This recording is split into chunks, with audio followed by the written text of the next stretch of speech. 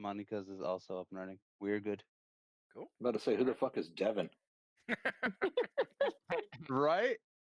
See, this is the identification crisis I have in my life. Yep. So we're gonna stick with Wales. All right. Maddie's got the recap tonight. Go ahead, Maddie. Take us away. All right. So Smalls gives us the rundown of Marzenstein and warns us many times to not cause trouble and to make sure to stay inconspicuous. The foreshadowing looks promising, but we all acknowledge the seriousness as Smalls tells us about and takes us to one of his old hangout bars, Mother Rucker's, the relaxed off-duty type bar that is right up the EV's alley. Smalls introduces us to Mother Rucker, the owner, and he's able to get some information out of them, including that the snake pit was likely where shady trade and rumors are found. Mother Rucker even gives us the password, "Don't assume you're a friend of snakes or serpents." Maddie thanks Smalls for acting to save Drew and gives him his blood oath coin. A little later, the team heads to the snake pit and is able to get in. Maddie gets guidance from Janet and activates his Crimson Right, already anticipating trouble. When we enter, the place is filled with pleasure givers that immediately start trying to please each of us. We start to investigate a little, and Malin reconnects with Joan Jett, giving us little clues about Quark and Six. Quinn is able to join the VIP table with Major Domo and Count De Simeti. Ellie and Smalls, with Argus in tow, find Rochambeau naked and losing at cards. He owes the table 1,120 gold pieces, which we are very hesitant to help with. Ellie decides to try and be his Lady Luck, wink wink, at the card table to help. At that point, we decide to split up and try to find Quark by finding the stables. We end the session with Pico and Maddie on a mission to find an important person to get us hooked up with the stables. Quinn is at the VIP table with some shady characters, and Malin, Droopy, Smalls, and Argus are still over at the Pillow Fort with Ellie and Rochambeau over at the gambling table.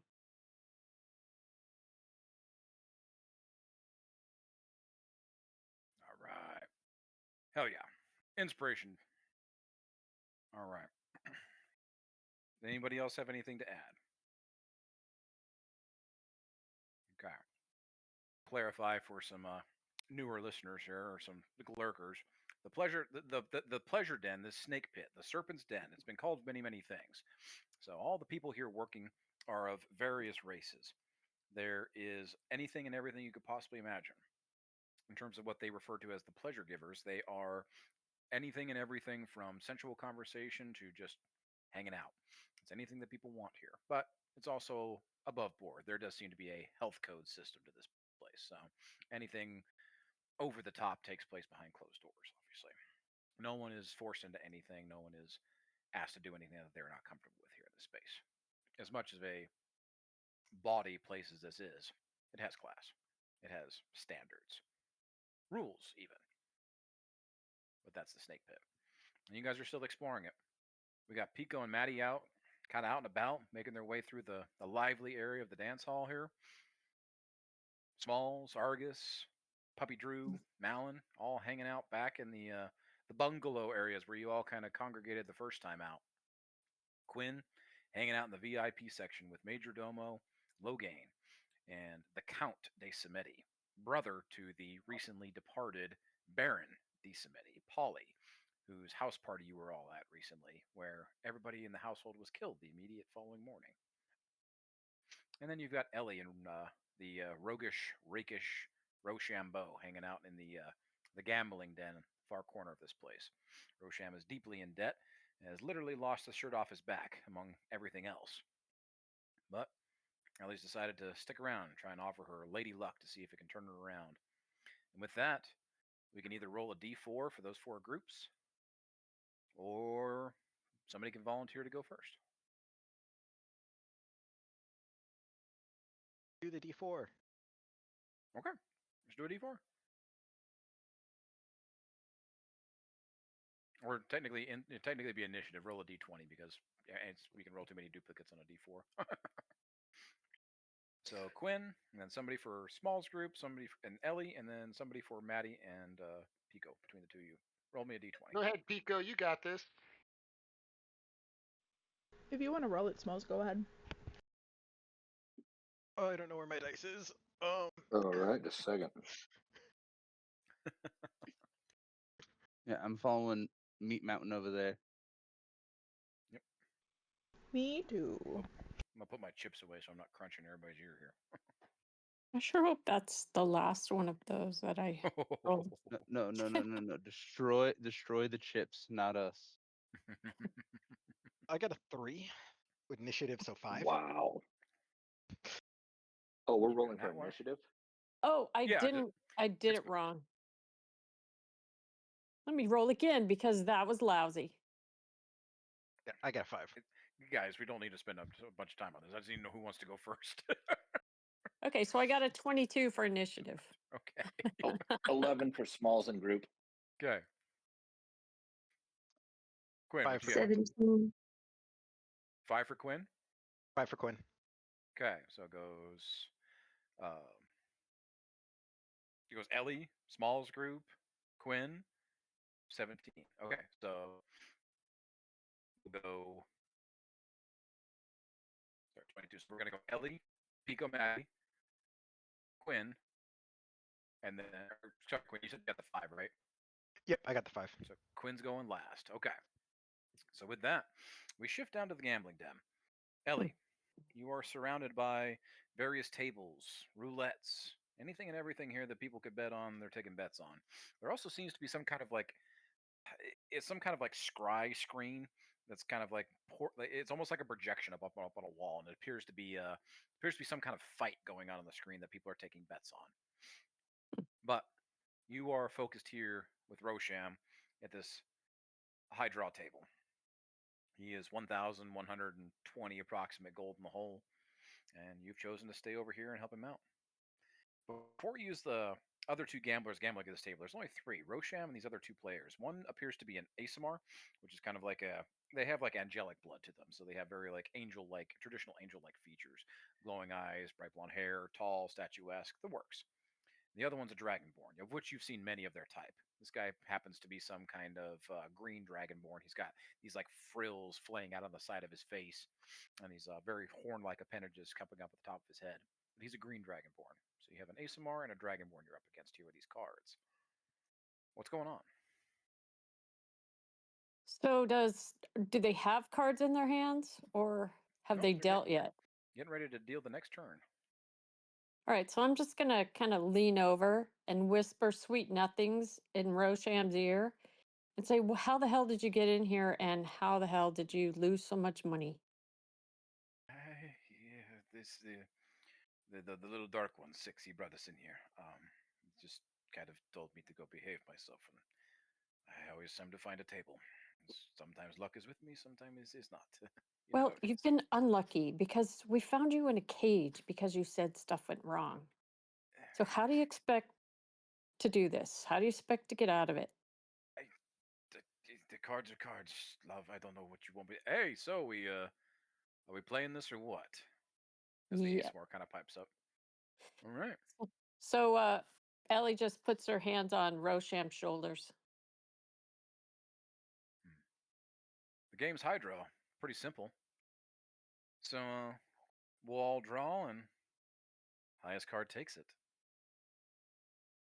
What do you say? 250 a gold a hand sound about fair? Rosham? He's talking to you. He's looking right Uh, at you. They kind of notices that you asked Roshan. Like, I'm not asking him. This broke piece of shit has nothing left. What he cannot pay, he will pay for in other ways.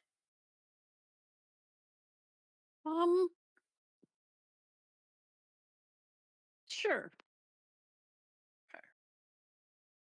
See, Roshan, your Lady Luck has more balls than you do.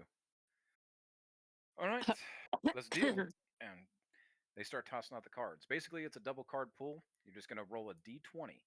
Now, the difference is here we're just rolling a d20, but you can add your bardic inspiration if you have a spell. Although, obviously, if you're obviously casting a spell, it's going to be obvious. So if you have- Obvious. So, anything and everything you can do to try to bump up this d20. Give advantage, bardic inspiration. Well, I have bardic inspiration, but I also have. I got a nat 1 last time, so I have that inspiration as well. You didn't roll that. That was for your. That doesn't. You rolled that for your initiative. You said you wanted to re-roll that. No, from the last. Because we still. Okay. Gotcha. Yeah, because I rolled a nat 1 last game as well. Gotcha. That's what I Okay. said. I hope that's the So you're last rolling one. that. Okay, so you're rolling that one over. Yeah, at advantage. Okay. So you got an inspiration point. Yeah, so I can roll and with advantage, right? Sure. If you want to Roll- use your inspiration, Yeah. roll a d20, and if you want to add a bardic or if you want to use your inspiration, go ahead.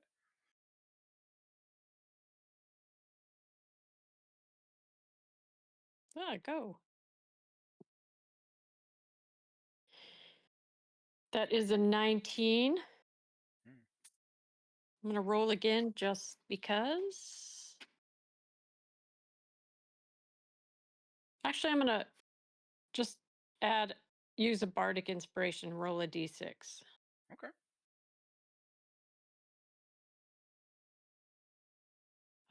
That's 4. So that's 25. What did I say?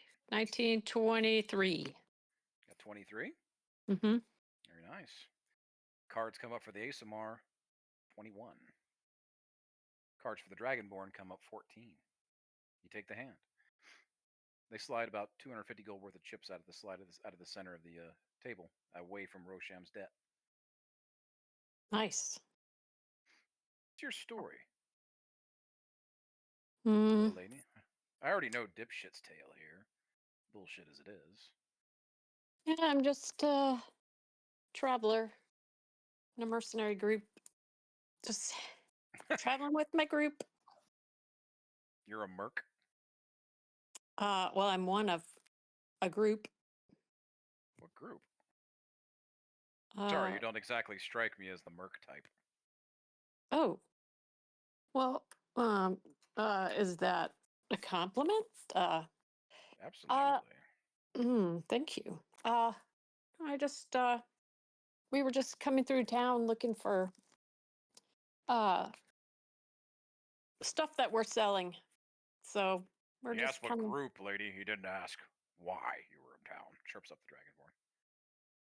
Oh, Eternal Vanguard?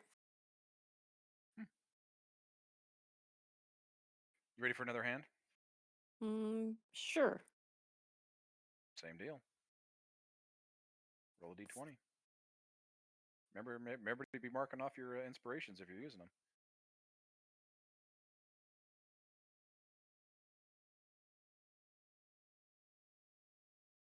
I'm going to use my inspiration.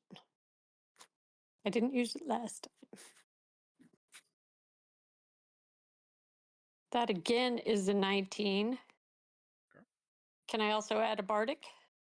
Yeah, if you want to use them up, now's the time.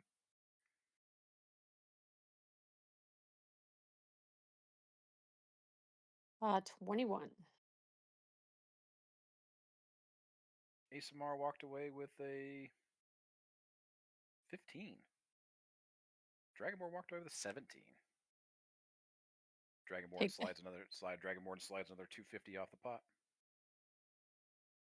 So they're not giving it to me, they're just pulling it off the pot, right? You said you were playing for his debt. That's right. Why Oh, would he I give you guess money? that would be above the table. I didn't, yeah. I was asking the DM. I don't care what those guys think. Okay, so No, this is literally them telling you this. It's like they're kind of like laughing at Rosham too, as he's kind of like hiding behind his cards a little bit. It's like even we have to explain the rules to her, and she's still playing better than you. Fucking sad. all right, so Why do you give a shit about this bird? well, You're far too interesting to be shacked up with something like this. oh no, Shaq. No check. I just found him interesting, and he has some information I need. Okay. Yeah. Can you at least? Where's his clothes? Fuck if I know. Where are your clothes, Rosham? I don't know. They took them. All right. Okay. Another hand? Sure. We're up 500. No. You're still down 650. Well, if you want to be negative, I look at the positive. You're the one who's in the negative, little lady. You chose that side of the table. All right. All right. Let's go. They deal up more cards.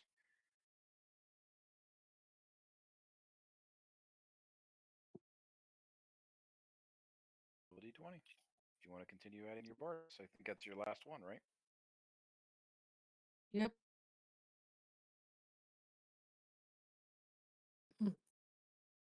Uh, 11.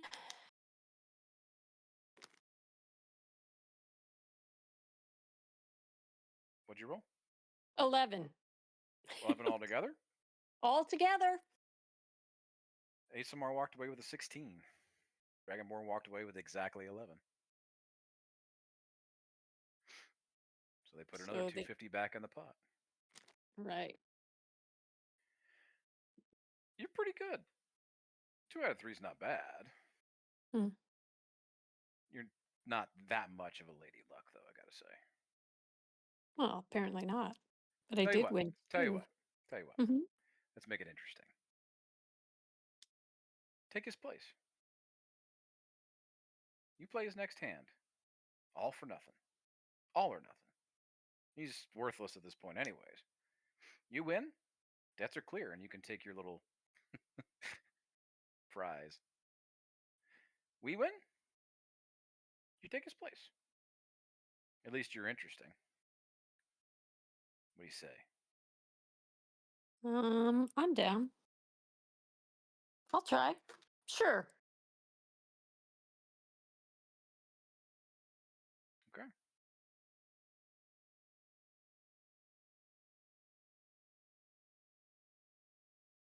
Go ahead and roll your d20.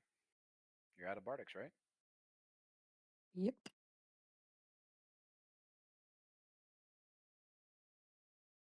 $16.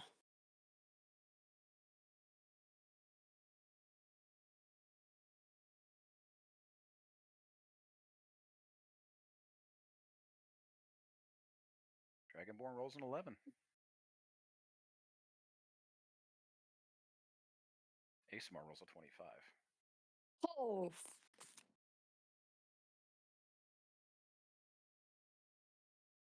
And we'll shift. Yeah. Who was next? Sorry, I should have wrote down the initiative order. I think it was That would be the Pico, right? Smalls group, Is it Smalls? wasn't it? Pico has 17, so he beat you guys Oh, by yeah. a little bit. So Pico and Maddie. Pico, Maddie, you guys are Janet. out. And Janet, yes, sorry, Janet and Maddie are out adventuring through the crowd here. You've all kind of you've meandered your way into the dance hall. It's like you're working your way through tables. There are people dancing and grooving all around you. Joan Jett and the Blackhearts, of course, are just jamming out up on stage in the middle of their next set, just going to town. Everybody's having a hell of a time. There are various things being passed around, shots and wine flutes and everything else, and various substances of various varieties, let's say, on tables, on trays, being passed from hand to hand. There's a thick, acrid kind of smoke in the air, but it has it's kind of a salty, sweet kind of odor to it, almost like movie theater popcorn of all things. But here you are, surrounded by people. You're out looking for somebody important. What are you doing? Can we do like a perception check to see just out here on the floor if anyone catches our eye? Sure. Can I give guidance to Maddie? Yeah. Well, you who can do has a that. better perspective? I still want to give it to you, I think. Let me see. You're awesome. I have a +4. Oh, we're both +4. So yeah, you should do it. I'm gonna give you a guidance for it. All right. I'll take peck your you chest. your direction. Like, yeah, we have over there and over there and maybe over there. Oh yeah, peck it. Let's go. Okay. That's a +6. Just or, me bobbing my head in the air. Is it a +6? Guidance is a +4. Yeah, 4 for me. We got a 10. Or a D4. 10? Okay. 10 total. Pico, did you want to just roll a flat one? It's like you're giving Sure. guidance, but or do you want to give a help action since you're both doing it? Let Maddie roll twice. I'll be nice. Oh, Do the help action just so I get, rolled, I get but- guidance again. I would say, sorry, I was very quick to the draw. I'm gonna do the Okay. guidance one again. Okay. So Maddie, go ahead. And It was a roll good this. roll, but I want to do the guidance one again. We'll disregard Pico's roll. Maddie, go ahead. Yeah, I got the same thing. Still a 10. Still a 10? Well, Yeah. basically what I sorry, described to Pico. you. Nothing really sticks out. At least anybody that like looks any more interesting than the next person. I mean, you see one person with 2 pleasure givers around their arms and they're dancing. You see somebody in a booth with like half a dozen. It's like there's probably a good 100, 200 people surrounding you right now, but none of them really stick out any more than the chaos around you. I start rubbing my hands together. I said, "All right, looks like we're doing this the old-fashioned way. Which way we going, Pico?" Oh, you're right. I'm gonna puff up my chest a bit and try and scavenge around.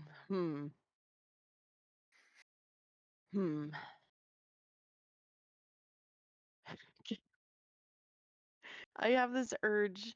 I'm gonna before I do it, I'll look briefly at Maddie. Go, Maddie. I have a brilliant idea. What if I just yell out, "May I have everyone's attention?" and ask them. Let me roll a 20-sider, see how I feel about this. Oh yeah, it sounds awesome. Oh, that Good sounds thinking. so good, man. Dude, all right. So I'm gonna just go. May I have everyone's attention over here? Roll me a performance check, Pico. Is there anything and everything you guys can do to puff For this a up? 20. I'm a 20, not nat. You got a 20, not nat already. I can use my my Mojo Jojo tattoo to do to make her them really loud too. Okay. Let's use the- go. My All right. Agni Kai tattoo. Okay. As I say, if you're helping out with the presentation here, I'd say Pico, you got not a nat 20, but a dirty 20. Yeah. Okay. Roll with advantage. Let's see what happens. Roll again. Thaumaturgy. Maddie's helping you basically. Oh, for another 20. It wants this 20, man. Double It on wants 20. this. It's not. Okay. It's begging for this 20, man. All right. Describe to me exactly what Pico does. It's like you're gonna jump up here on the short stage here where the band's not occupying right now. What are you doing? I'm gonna chest thump when I'm up on the table.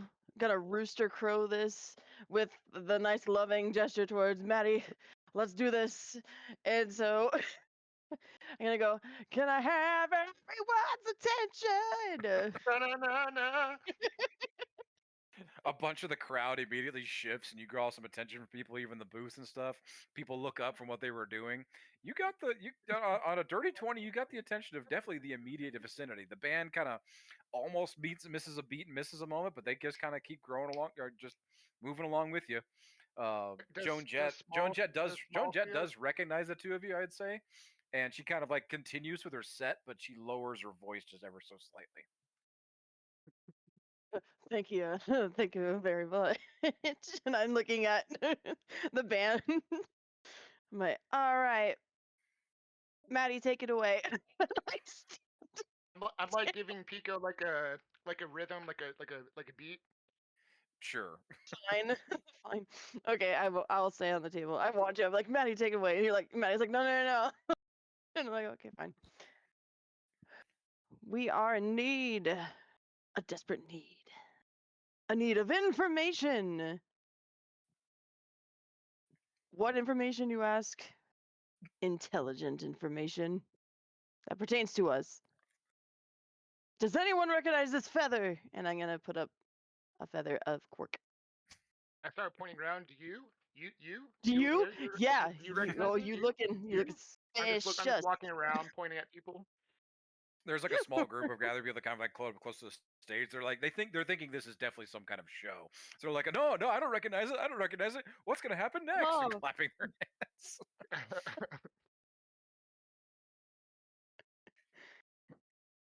Show's yours. What are you doing? You waiting for somebody to say something? Look, man. This feather's no ordinary feather. For this feather is going to grant a wish. Who do I? who would like to volunteer to help me find what I'm looking for? But we'll get a wish out of it. I'll start pointing to people again. You? Are you? And I'm just going A around. like, wish, pointing at man. The feather pointing at gives you tables. a wish. looking for you. Okay. At this point, I'm gonna need either a deception check or another performance check. You guys can help each other out on this. My deception sucks. So let's use your performance. Or do we both do it or just one? It's up to you guys. I feel like we're both working together. Is there a way to? You can one of you can give the help action to the other as a team. Okay. Because what's your deception at, Maddie? +1. Oh, I'm a +6. Oh yeah, I'm helping you. Okay. So I'm like, hold on. So it gave me, and then a help action is how much? Or is it like an advantage roll? Rolling an advantage. Oh, okay, cool. Have 24. All right, hang on. Something there. Who wants a Remember, wish? I think this Me is a too. great plan. There's no deception here. I think this is genuinely working. Maddie is not convinced, but he's trying. More and more of a crowd starts to gather around when you start talking about like magic wish granting feathers, and all of a sudden, like Pico, you feel yourself being tugged and pulled off of the stage, and there's a bunch of all of the pleasure givers and stuff that were following you around that you were telling like your war stories and all of your great tales and stuff too. And there's even more of them now. There's like 5 or 6, and they all immediately wrap around you like, what? I felt sorry, somebody was cutting in. So they all start immediately kind of like grabbing around you and like, oh, shit, what was the name? Oh, Janet. Janet. Janet, come here. Oh, you have to tell your stories upstairs. Come on, you have to. This is hilarious. They're gonna love to hear this, and they start kind of pulling you around the performance stage and moving you upstairs. Hey, Maddie, let's go. There's a party I'm upstairs. trying to follow as an entourage. I'm just like, all right, you missed your shot. I'm just talking about the feather, and as we walk by, just high-fiving people. Pico, you are immediately met by all these pleasure givers through the crowd and up to like kind of a velveteen rope type thing situation. It's the VIP section, and these 2 hulking gift guards kind of stand in your way. They're still dressed in that same the black parade armor that you've been seeing around all the place, basically all the guards and stuff that work in this place. And all the pleasure givers come up and they give them a little nod and they do something with their hands and they kind of like crack open the rope and lead you up to the let you walk up the stairs to the VIP section. And all of these pleasure givers and stuff are escorting you up. Whoa, it's dark through here. This is awesome, guys. Maddie, Yes. you're stopped. Dang it. I'm with the bird right there, guys. Pico. Like I'm trying to get the attention. My No name's freak. Janet. No freaks get lost. What'd you say? No freaks get lost. Roll a 20-sider. See how this is gonna work out. All right, Maddie thinks about what Small says. He's pretty pissed off about that, but he's all right, Jay. I'll catch up with you later. Try and walks back. Walks it off. And with that, we're going to shift over to Smalls, your group. Smalls, Argus, Malin, and Puppy Drew. What's going on over that side of the table, or that side of the snake pit? I'm just gonna pet Drew and then ask Smalls, is there anything that you think we should do while we're over here, or?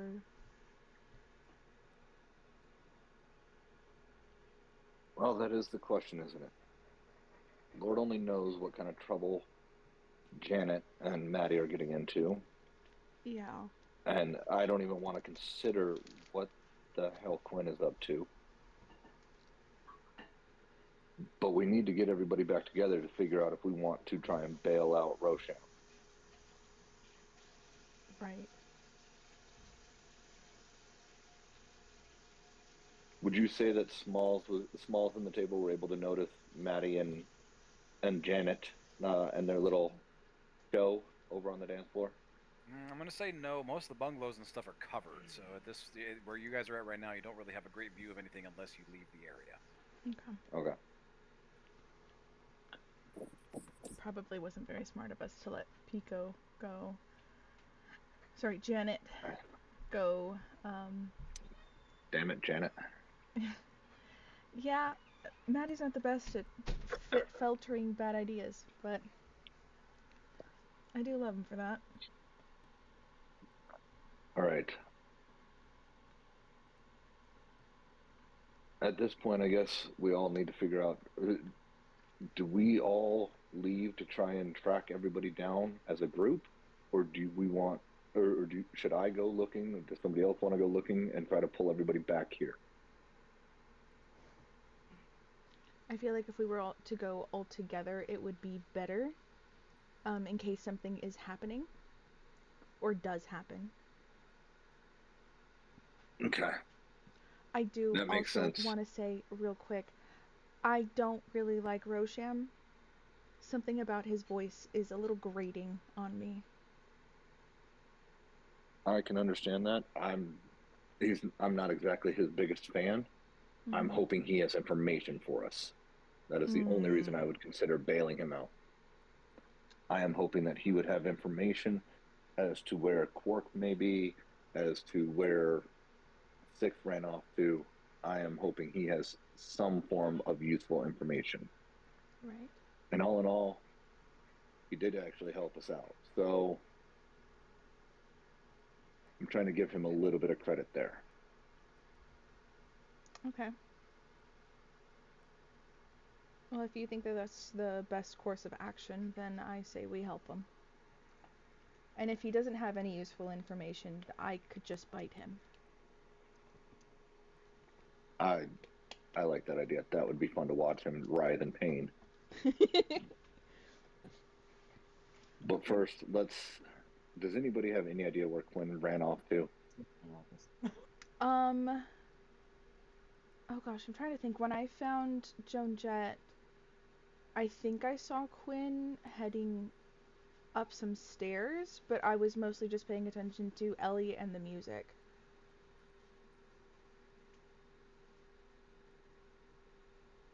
Try and find Quinn first?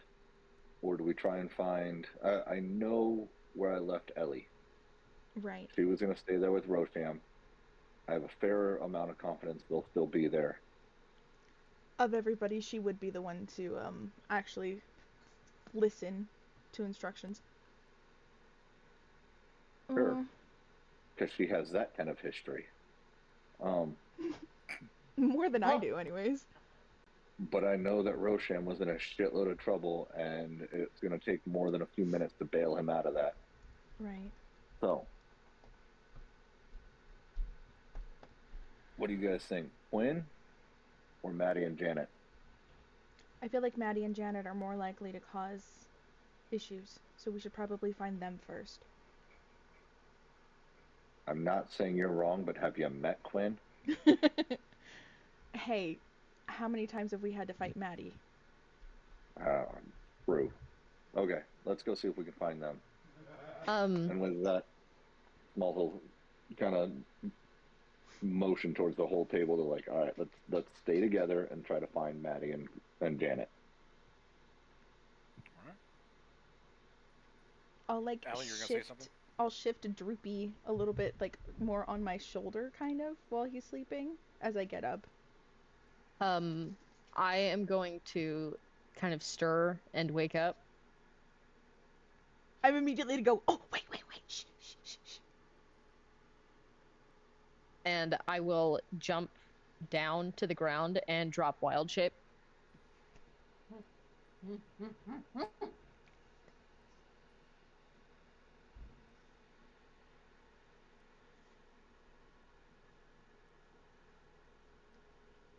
All on you. You drop Wild Shape and Malin, above table, Monica, did you tell somebody that Joan Jett saw Quark in the stables? Yes, I did. She did inform us of this, but through a history check, Smalls remembered that there is a lot of damn stables in this area. So it wasn't necessarily going to be helpful unless we could know which stable it was. Okay.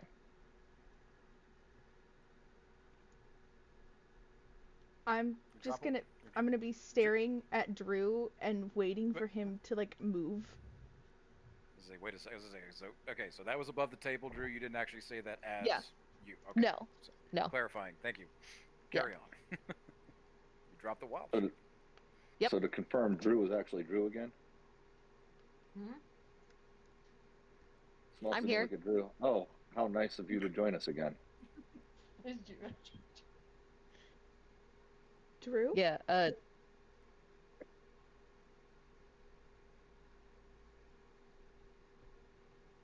yeah. I'm gonna look at Smalls. That was quite the leadership you showed. Thank you for sacrificing for me. I'm gonna tackle him into hug. I will hug back, and I'll kind of caress Malin's face. Good to see you. You are not allowed to do that to me again. Hey, I'll try my best. And then I'm gonna kiss We him. should ask. What? Huh? I did not stutter. Do I need to roll poison or anything? Because isn't that... No? Hang on a second. Do I? Do you? Yeah, I think I was so. gonna say, is she poisoning me? Malin, are you poisoning me? I don't think so. I haven't used my poison at all recently. You haven't gotten full control over it, but I'm actually gonna say that. Hang on a second. I gotta check something. I'll do it. Yeah, you have advantage against this, so just roll me a Constitution saving throw. You have advantage. Okay.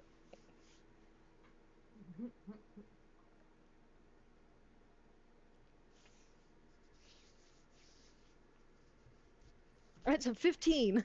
15? A little spicy. Okay. I'll return the kiss. I would say it's more suave and smooth than you would probably expect Drew to be. So like grab you by the back of the head, pull you closer, almost like dip you down a little bit.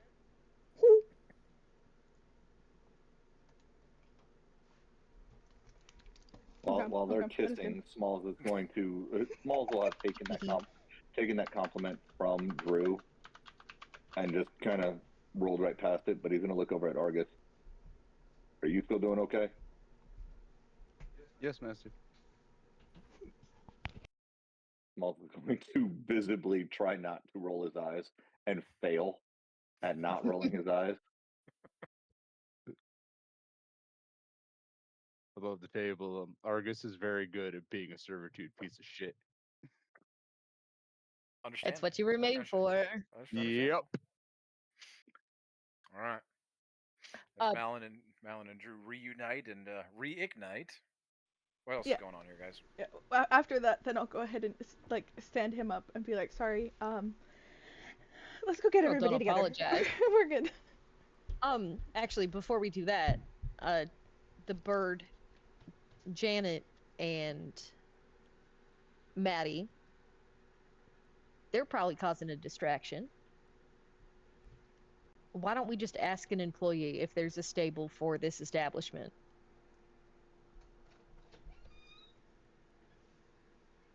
You know, that is actually a pretty good idea.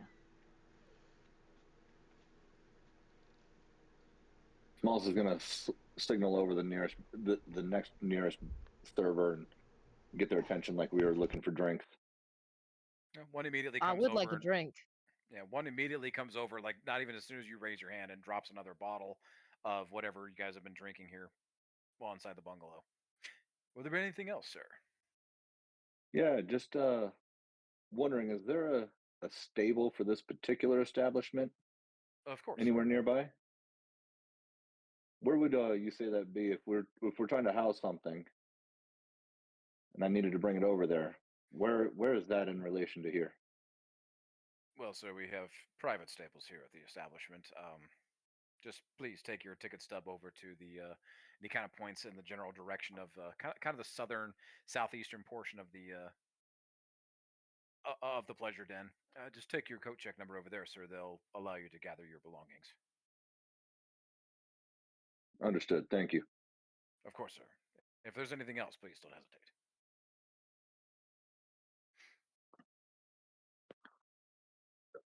Smalls is gonna look back at Drew. Oh, that was a good idea. Ultimately fruitless, but good idea. Why? Why fruitless? We know there is a stable. They're all private. We're not gonna be able to get into them without something to store in them. Do you have anything to store in them? Me. I can go outside and be a horse. I was just gonna ask if you were gonna do that. Okay. I'm gonna take the bottle and I'm gonna drink a fair amount of it. Forgive me. I still forget that you can just change whatever weird shape you want to change into. Still throws me off a bit. But that's I know you've done it many times. Still getting used to it. We've been together for years. Still getting used to it. all right.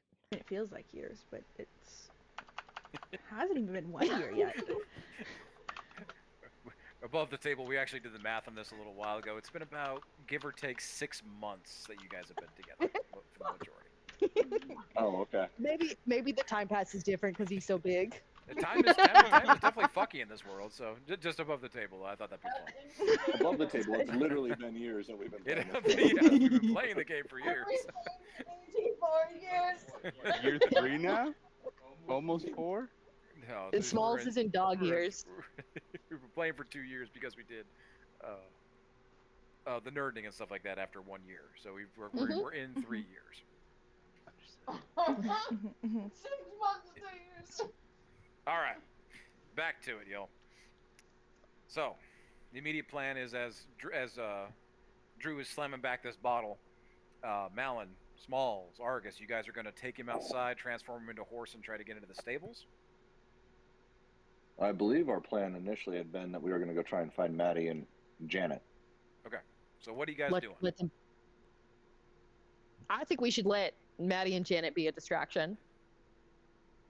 In case we need one. Why would we take a bigger group than we need?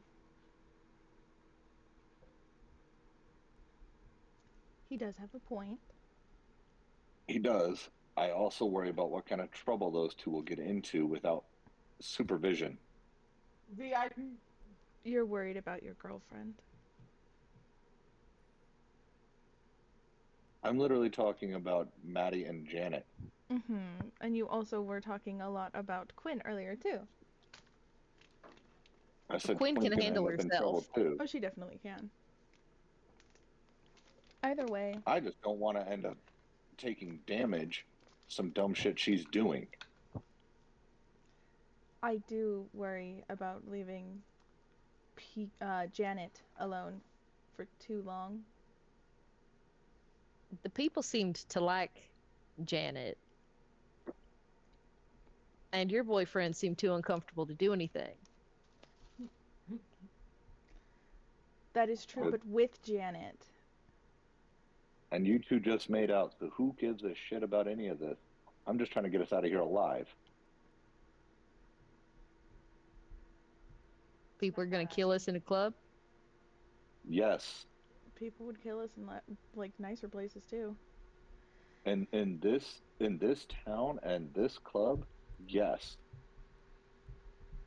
They will kill us. That is what I've been trying to get across to everybody about not starting shit in this city.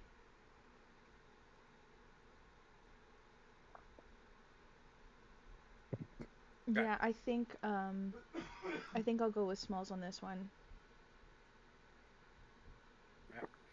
Decision time. You guys headed outside to try to do the Drew Horse thing, or are you looking around the club for everybody else? Smalls is gonna go looking. Yeah, I'm gonna go looking with him. You guys start looking around the club. With that, we are going to do our shift. Up to the VIP section. Quinn, you're still by yourself. Well, you're still up here with this group of, like, affluent individuals. Count Mercurio de Samedi in front of you. Well adorned. His hair, magnificent. His eyes glowing, kind of like fiery. He has this, like, black silky fox. Almost, it's definitely bigger than a fox, but either way, it's sitting in his lap, kind of up on his chest, and he's just petting away. And you have the very angry, very little Major Domo Logain just kind of sitting there also in his VIP booth and smoking away on something in the corner, just eyeballing the fuck out of you. There's a bunch of incredibly beautiful pleasure givers here. There's other affluent looking individuals that are just kind of sitting there and enjoying the vibes, enjoying the VIP section. Some of them looking over the balcony and watching the band below. But you just have Mercurio looking at you and Logain looking at you. You were introducing yourself. Sounds good. Can I hear the music from up here? Just There's a bit of a there's something deafening it a little bit, so it's like you can have a conversation here, but it's still loud. okay. I'm totally sorry. I just kind of came in here. I should introduce myself. I am Quinn Elizabeth. I'm part of the Eternal Vanguard. We're trying to get bloodied, but we're not there yet. And your reputation precedes you, though. Like, complete honor to totally meet you. Does it now? What do you know of my reputation there? Quinn Elizabeth of the Eternal Vanguard. He kind of gives a little nod over to Major Domo. Well, if the rumors are to be believed, you're a relatively upstanding individual. In terms of you will play by whatever rules you set. You're not like, I'm going to be honest, and I'm going to gesture to like the downstairs area. Most of these people would swindle in a heartbeat. But you're the type that if you set rules, you'll follow them. At least that's what the rumors are. Roll me a deception or a persuasion if you're trying to be sincere or if you're trying to bullshit him. I am trying to be sincere, so I've lost my dice again. We're gonna do. You said persuasion, right? Yeah, persuasion if you're trying to if you're literally trying to just charm him, or deception if you're trying to bullshit him. Okay, we're gonna go with persuasion. Okay. That's a +1, 15. 15, not bad. He kind of gives you a little half-cracked smile. What's an unblooded merc company doing in my brother's birthday party? Well, birthday party, christening, I don't know what the fuck he called it. It was one of his parties. Who gives a shit, right? We had received an invite. One of our former party members was able to help out a lot. Unfortunately, he's no longer with us. But we totally didn't intend to intrude on a party. We were actually looking for, well, our mount.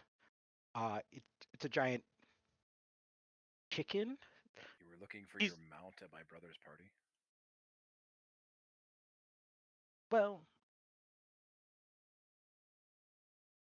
You're not making a lot of sense, Queen Elizabeth of the Eternal Vanguard. I guess then I should need to tell you a story. So, He kind of puts his hand up real quick and then looks over at Logain. Aye, Cocktease is telling the truth. Quinn, she's listed as some kind of fighter for this Eternal Vanguard.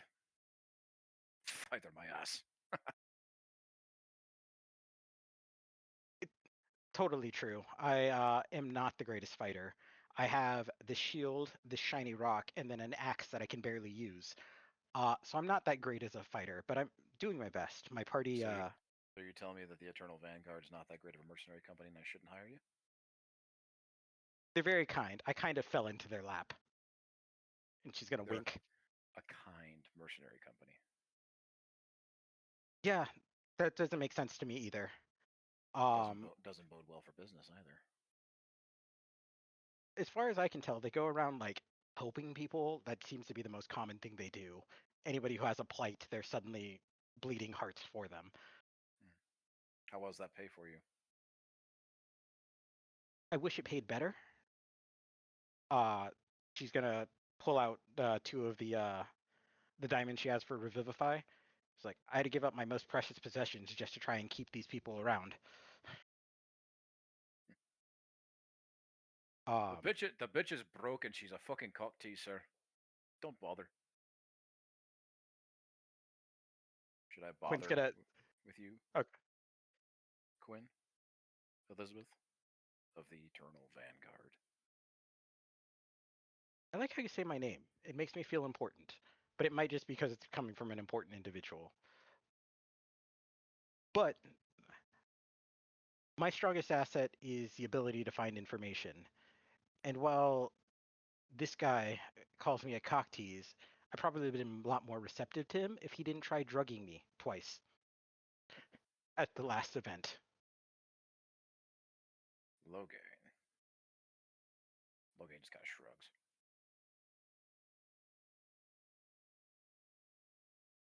Other than that, but then he visibly like, I'm looking at your passive insight, or your passive like perception insight. He is visibly like looking at you, staring fucking daggers. It's okay. Yeah. That's a pretty bold accusation there. I guess that's fair. I don't have any way. You know who you're talking to, right? I do. Keeping myself quiet and dishonest is not ever my strong trait. Totally gets me in trouble more often than not. Is that a good trait for a mercenary? It's gotten me some interesting places. With this mercenary company, I got a personal escort from Deadhead? I can't. Above the table. Hold on. Death's Head. Death's Head. Okay. I was like, I have it written in my notes. Okay. I got a personal escort from Death's Head. He showed me a lot of the relics that they have and a bunch of tapestries of their histories. I got advice from the Bioyoso down in Sandholm. This mercenary company seems to become well connected wherever they go. And I think part of that is their sincerity. However, I do believe at some point in time they're totally going to get in over their heads, which is how we lost our mount in the first place.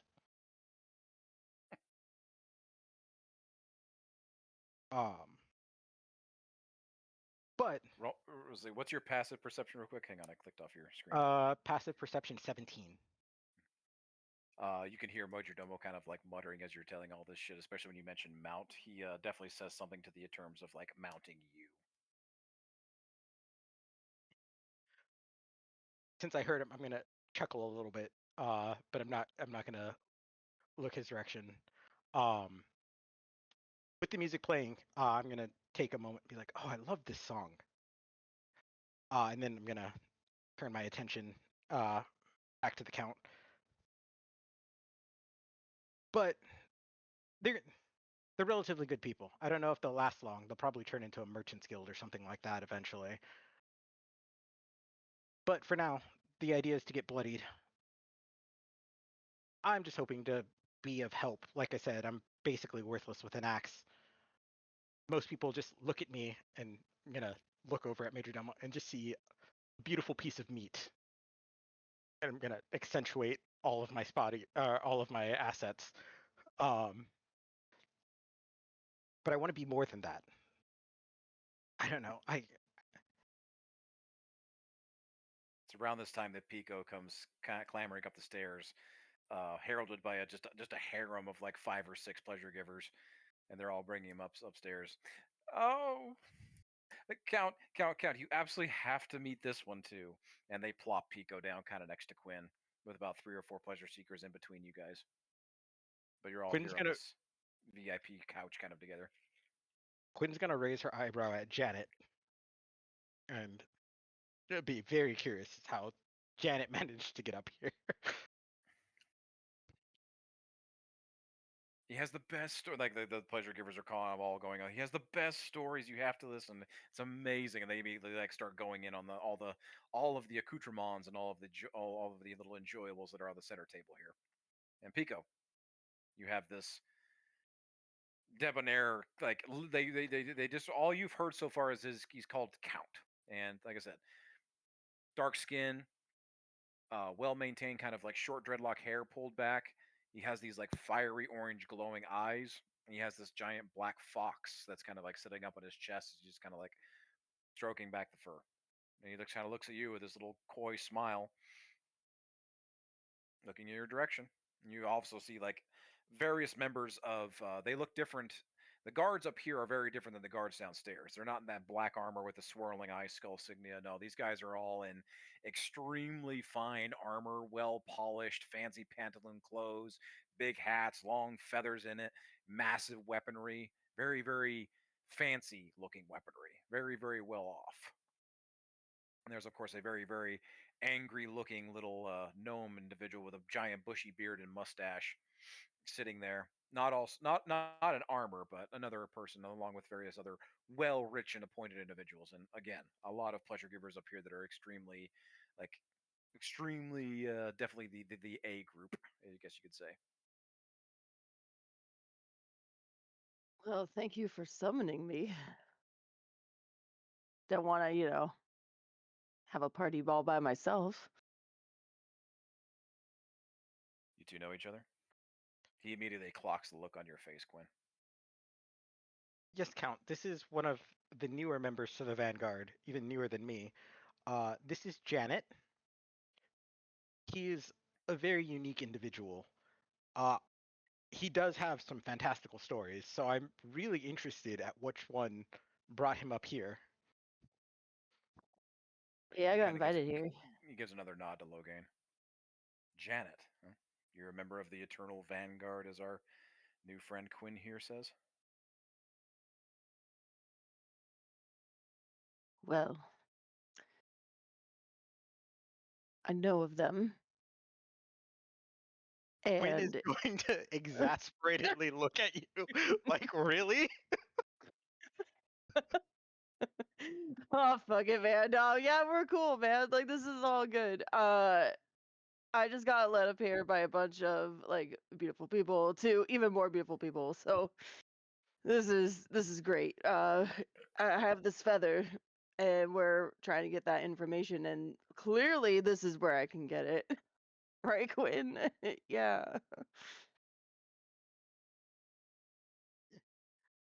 So, while I totally think we probably could find information on where Cork went, I think this is more for pleasure and interest. Mercurio looks over at Logain. Logain gives a big shake in his head. What'd you say your name was? He's looking at you, Pico. Janet. Janet. My Mhm. associate here says that there's no Janet with the Eternal Vanguard.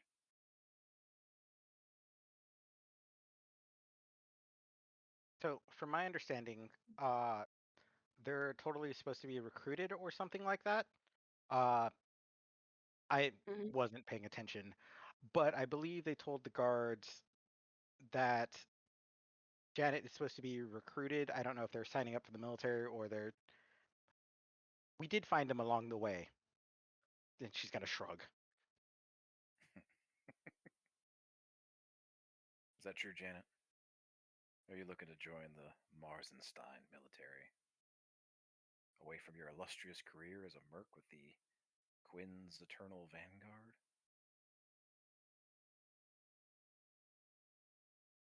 I wouldn't say that. They're just paperwork. I'm bored. Quinn said that it would help. The group immediately gets quiet. Well, if you're bored, I'm also listening to the music. We could always dance to this song. It's really great. Joan Jett was pretty fantastic last time I saw them. They seem pretty nice, and they totally make amazing music.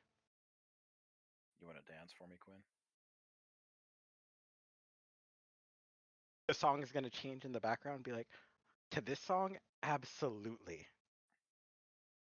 Do, do, do, do. Would you like to join me in my dance?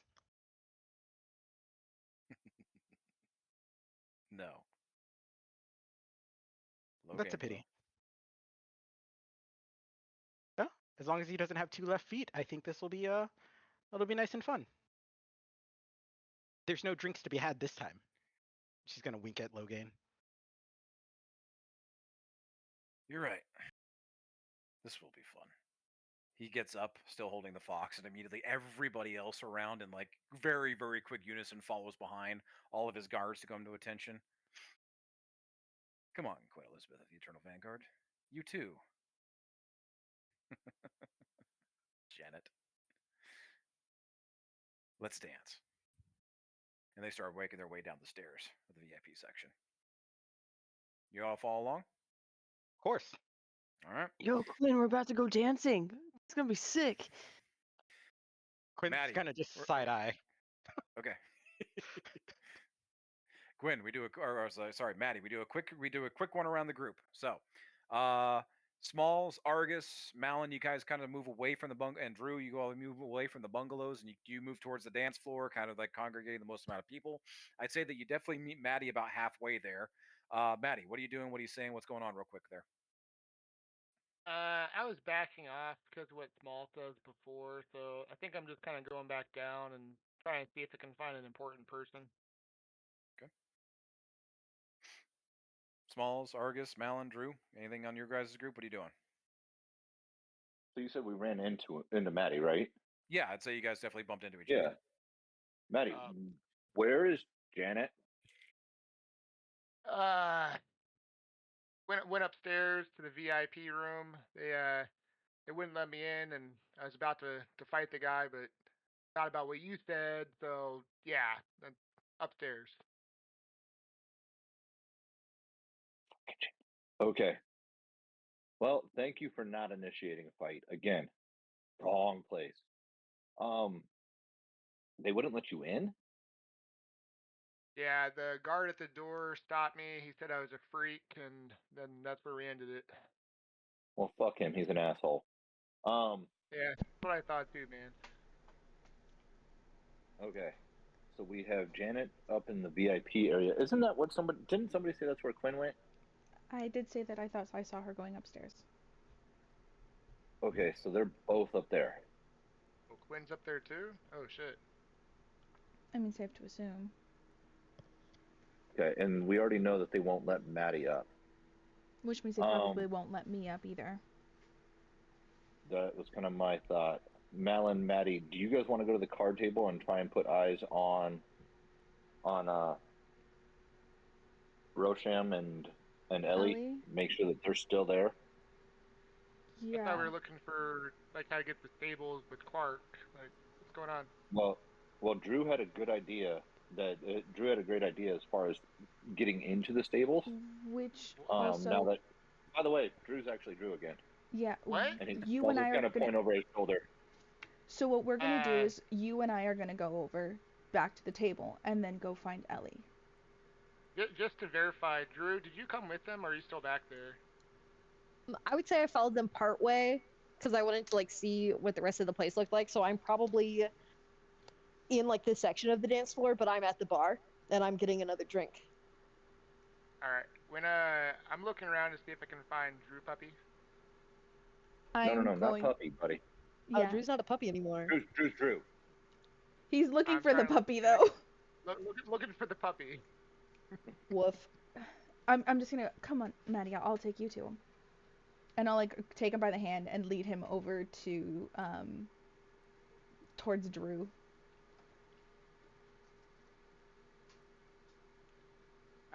If when I see Drew, I'll go ahead and tackle them. With that, Smalls is going to turn to Argus. All right, you have a choice here. Do you want to stick with them, or do you want to come with me? I'm going to go see if I can't get into this VIP area and find fucking Janet and Quinn. I feel like following you would make you seem more important because you have a server following you. So Okay. following you in the same fashion have been, I think, would be better. Okay. I'm game.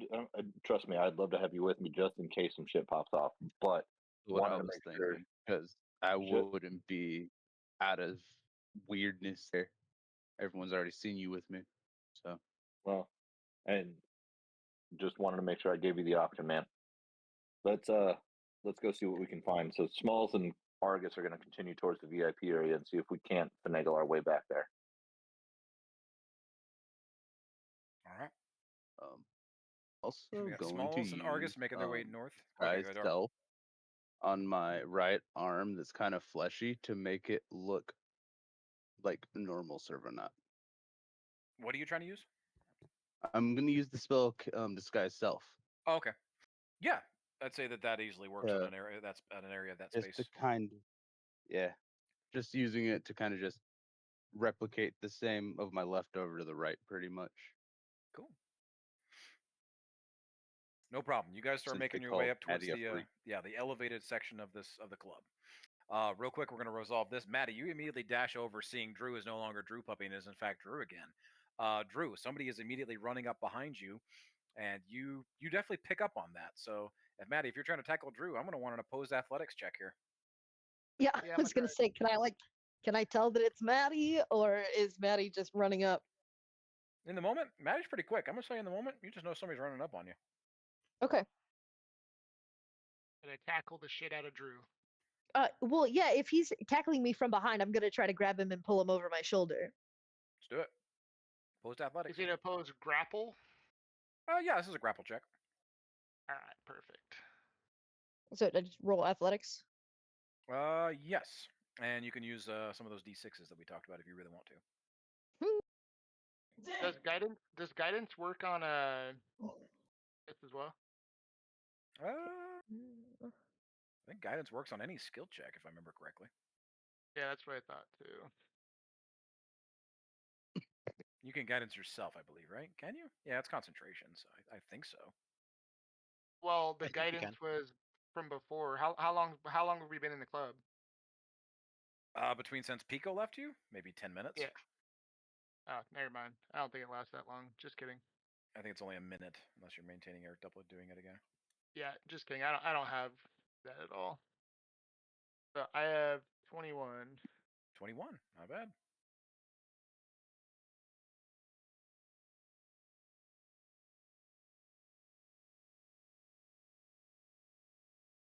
What you got there, Drew? 22. A very dirty 22.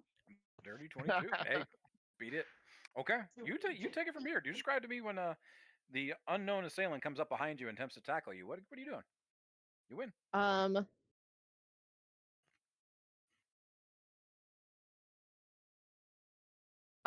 Maddie, like, how are you trying to like grab Drew? Probably in the moment, just running up behind to like grab like a bear hug is probably what would happen. So you think it's definitely an attack. Okay, so I'm gonna like grab like one of his arms and like I only have spin him one. around. So he like his back is to my chest and I'm holding him. Ooh. Ooh, salsa dance. Mhm. Maddie, you've just been completely upended by Drew.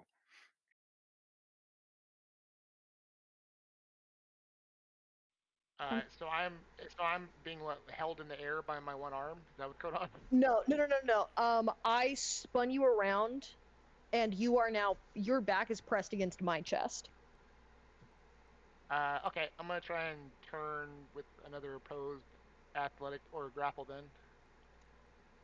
You guys are both Well- facing me, and Malon's just like,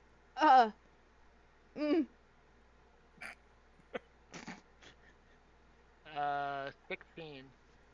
Okay, well, I know that it's you now. So I'm actually going to turn you around and I'm going to pull you into a kiss. And I'm going to keep eye contact with Malin.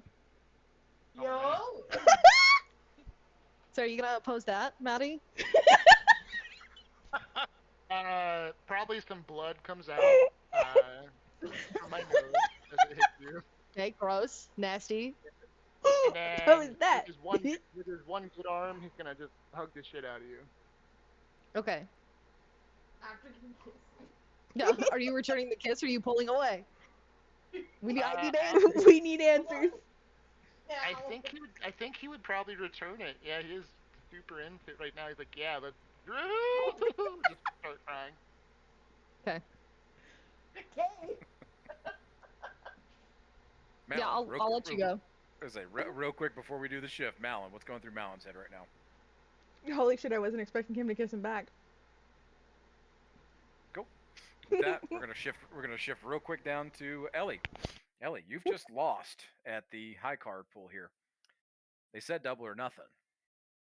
They just got 250 back. You had won 500. So at this point, I needed to do the math. 1120 minus 500 plus 250 times 2. You are 1,740 gold in the hole. The ASMR is just looking at you with this really kind of shitty smile on his face. Hey, can I get a drink? Is there anyone to serve drinks around here? Oh, there's tons. People are walking by with flights of champagne, wine, anything you can imagine. Well, Ellie's gonna grab a glass of wine.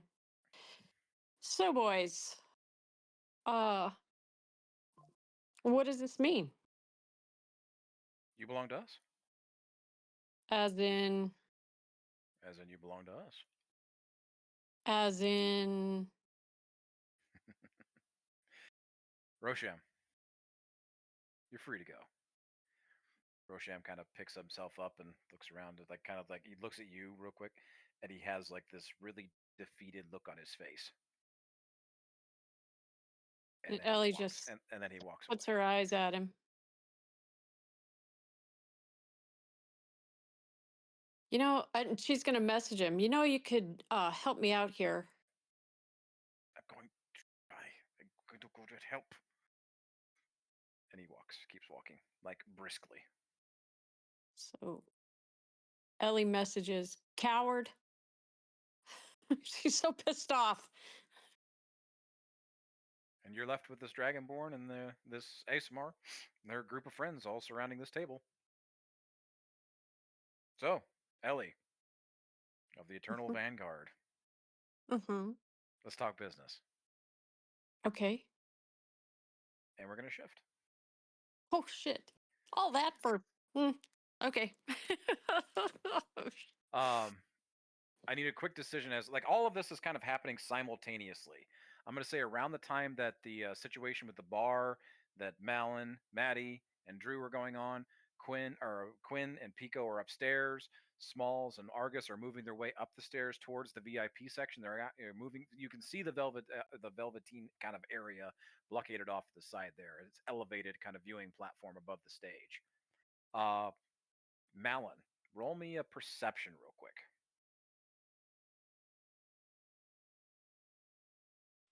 Okay. perception. Beep, beep, beep, beep.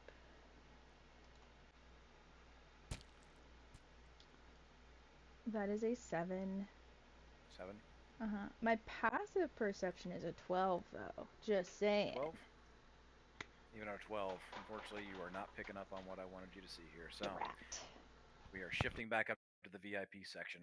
As all of a sudden this crowd, immediately everybody gets up on their feet and everybody kind of helps up Quinn and helps up Pico, all the pleasure givers and stuff that brought them up there and been sitting with them.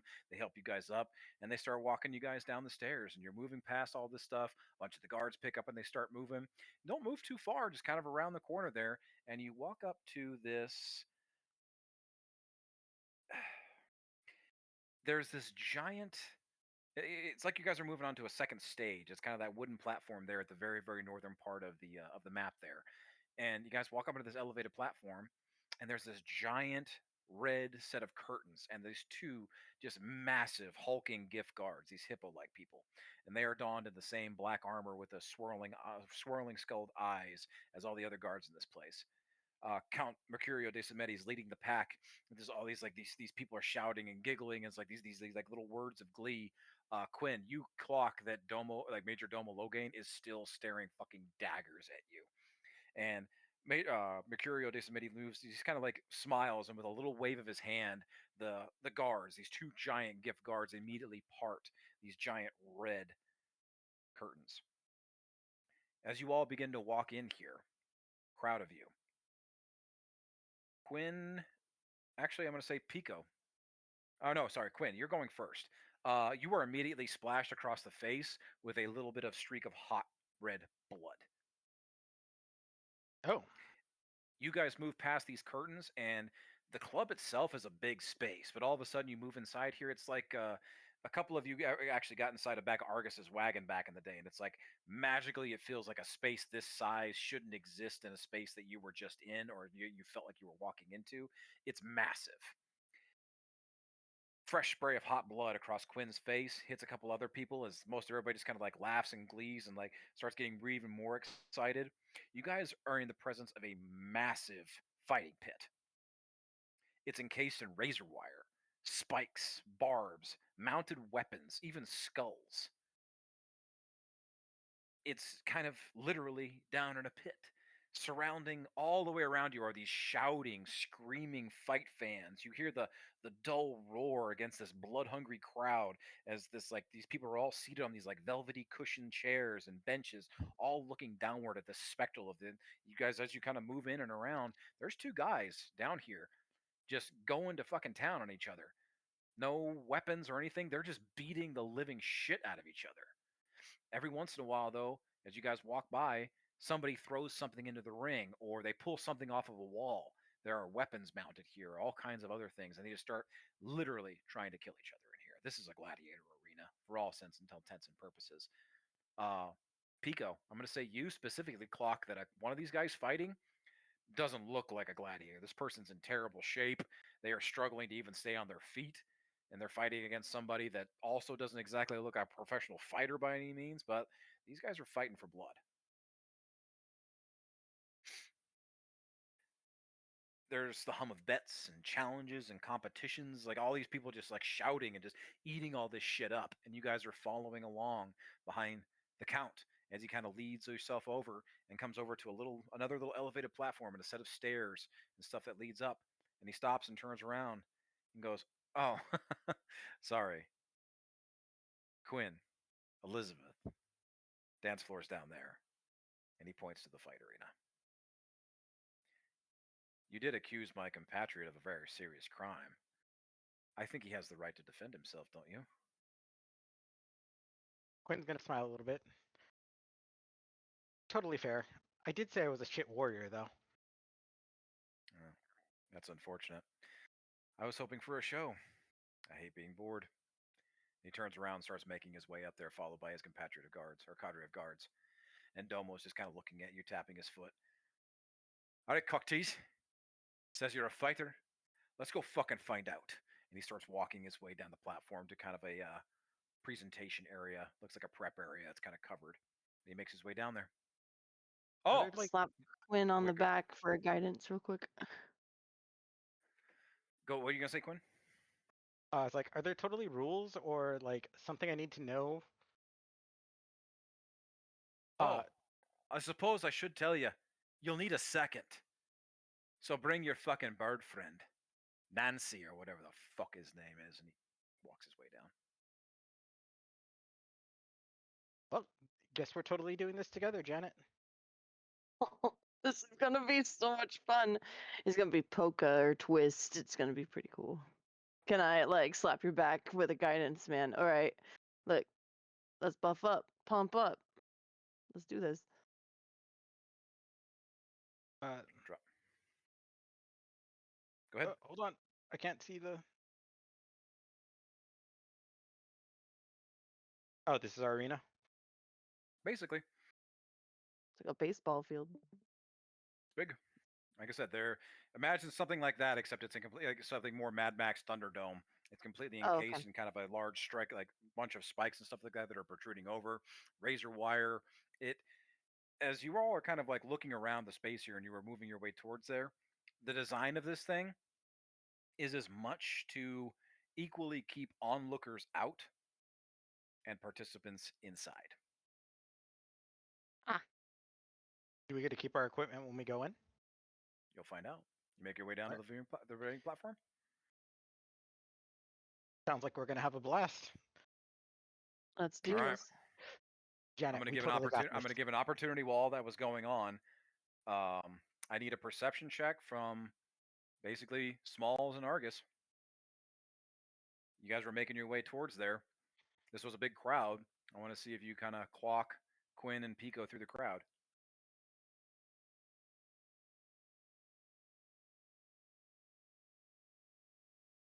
Oh, this isn't going to be good for me. That's a -1 on my. Small's got a 21. 21. I rolled a 19.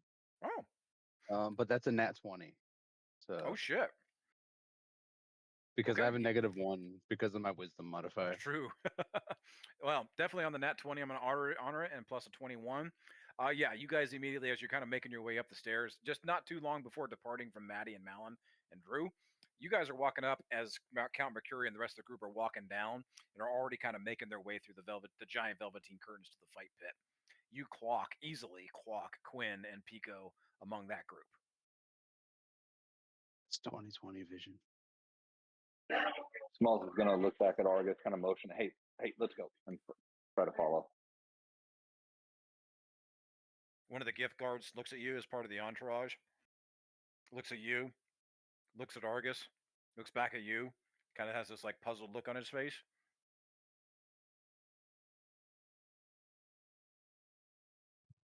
He's looking at you, Smalls. Smalls isn't even going to care. He's going to attempt to follow Quinn and Janet. Acting like you're part of the group, like you belong there. I'm not even saying that. I'm just saying like just like you're not going to stop me. I'm going to follow this. I'm going with them. All right. He's moving with purpose. Man is moving with purpose. All right. I'm going to need an opposed athletics check here with this. These guys are big. I'm just going to roll this real quick on the app.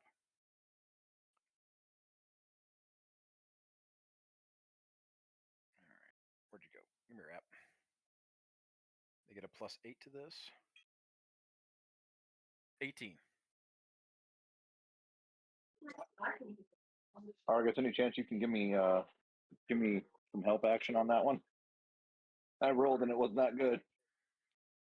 Can I give Smalls my inspiration to servant servitude since he is currently my master? Maybe re-roll that.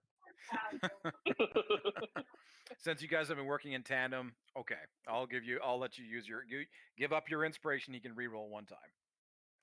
Okay, so I re-roll it.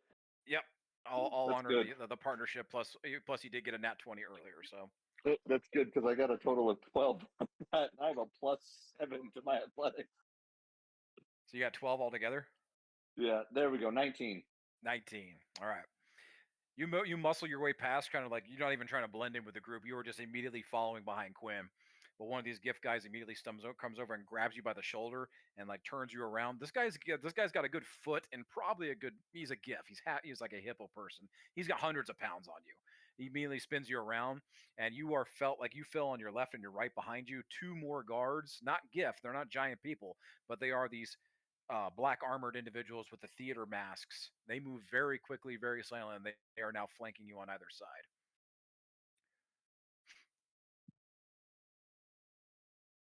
Smalls The is gift going is to look back the at gift is just Smalls looking at is you. going to look back at Smalls is going to look back at the gift and the guards. Hey, my bad.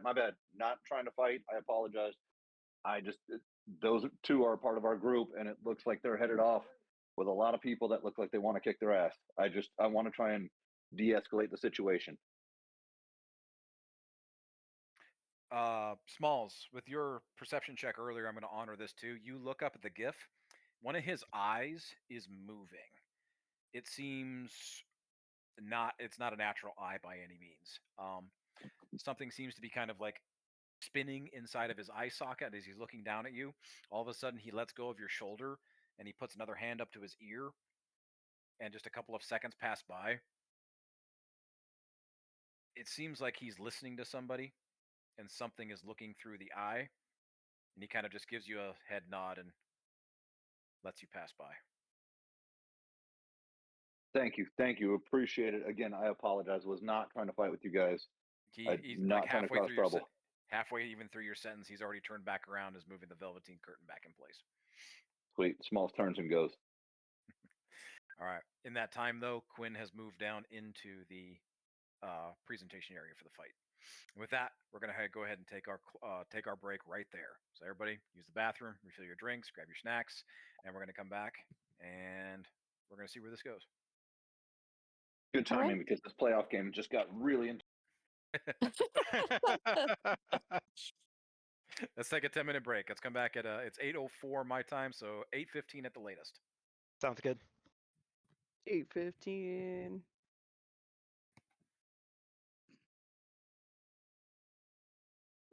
Good. I didn't have to become a giant annoyance. Wait, so Wales, did you prefer Devin? Like I came into that No. conversation No. last. No. I was like, what's going on? Lately. So I live in a constant identities crisis half the time, anyways. Oh, So it's just my life in a nutshell. I don't really a name care. is a So name. I'm very used to being called Wales. Yeah. I associate the intent and energy with the words thrown at me. The words don't necessarily have to be my name. Your It's the call downside is here. of being a very vibes human. I was gonna give you a buff, but if we're gonna need our spells, I was like, I'll hold on it because bless isn't that great in a fight. Yeah. And you have a guidance already. I was like, please, I'm gonna slap the crap out of your back so you can get it.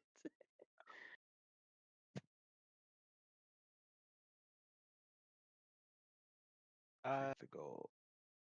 Pico's deception is higher than his like anything perception or anything else. He's I was so hoping you'd have- dim-witted that he doesn't need to deceive. He literally genuinely believes whatever he says is accurate.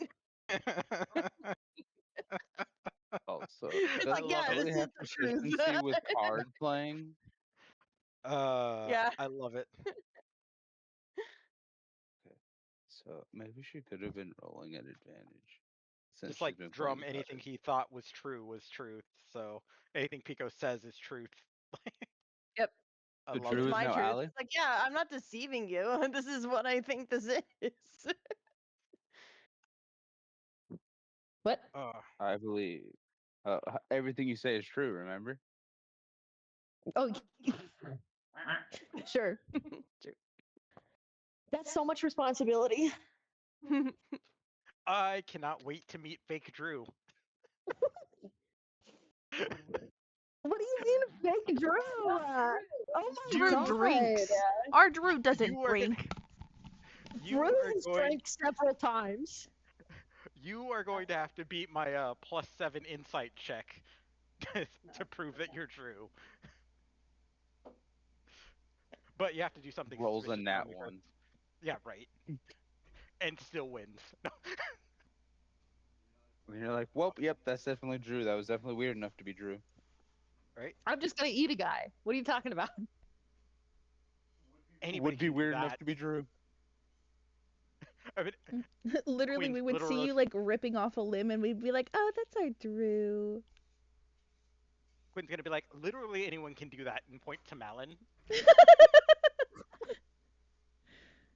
Like, do something else to prove you're Drew. I've already kissed Maddie and Malin. Like, I don't know what else you want me to prove.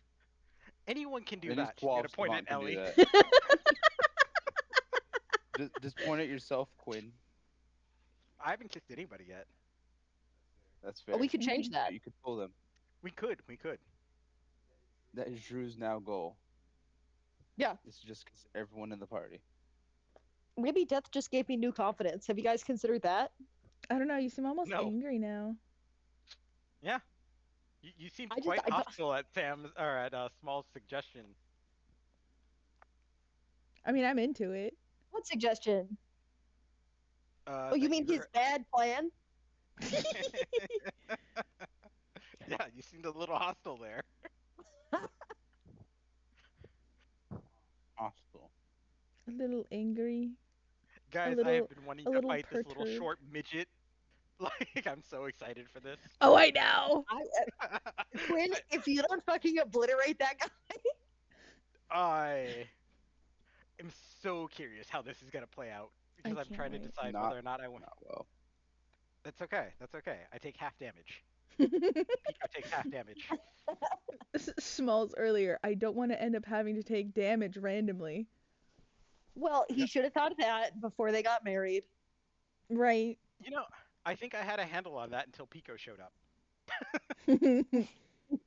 I think I would have been fighting this alone if Pico hadn't showed up. Oh my gosh, why are we I dead feel naming like you're Janet? slightly better off.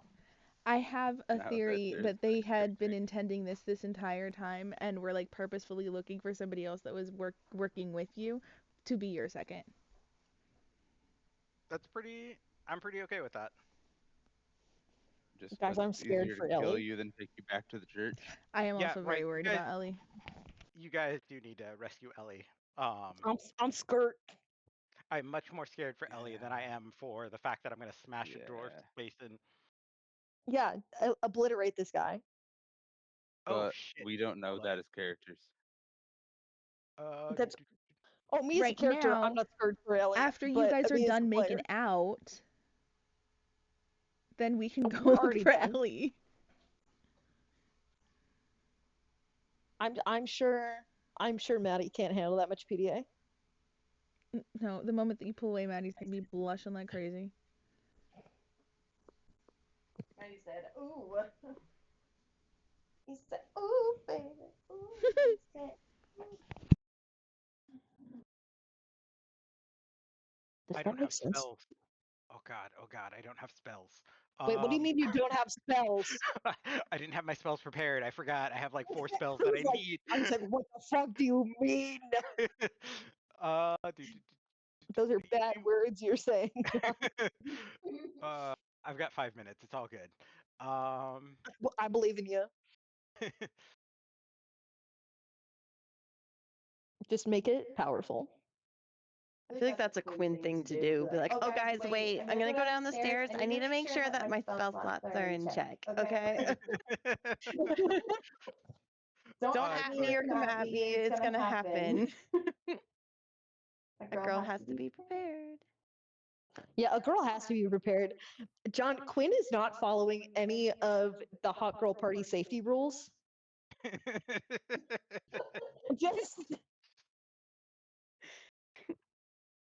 Just so we're clear.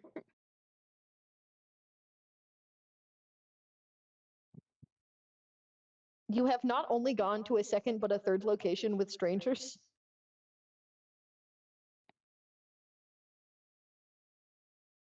Does Pico have silence?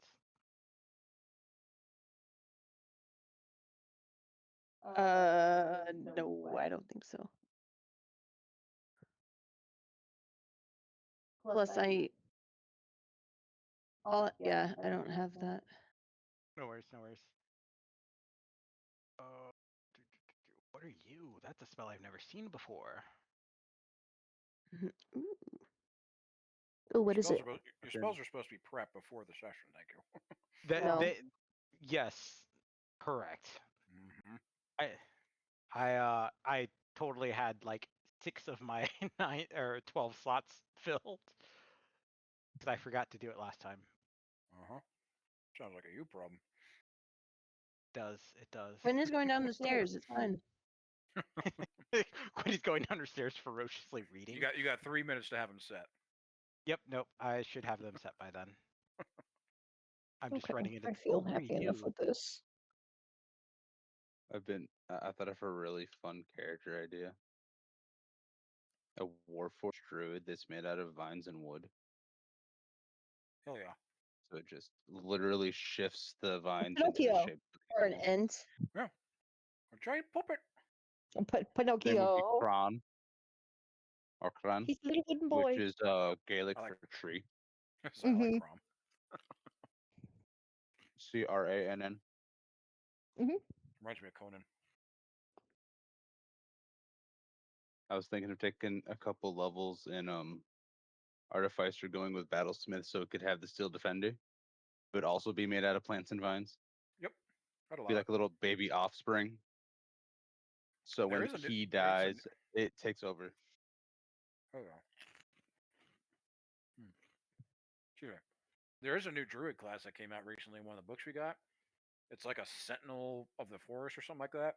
But they basically carry a giant ass oak, which is a club, and a shield that they create out of vines, and like they create their own weapons, and they get more powerful as they level up. And like they're a pretty incredible fucking tank. They look really awesome. We also have access to the Changeling race now because of the Oberon Forge. And we've had Changeling for a while. You just get the new updated version of them.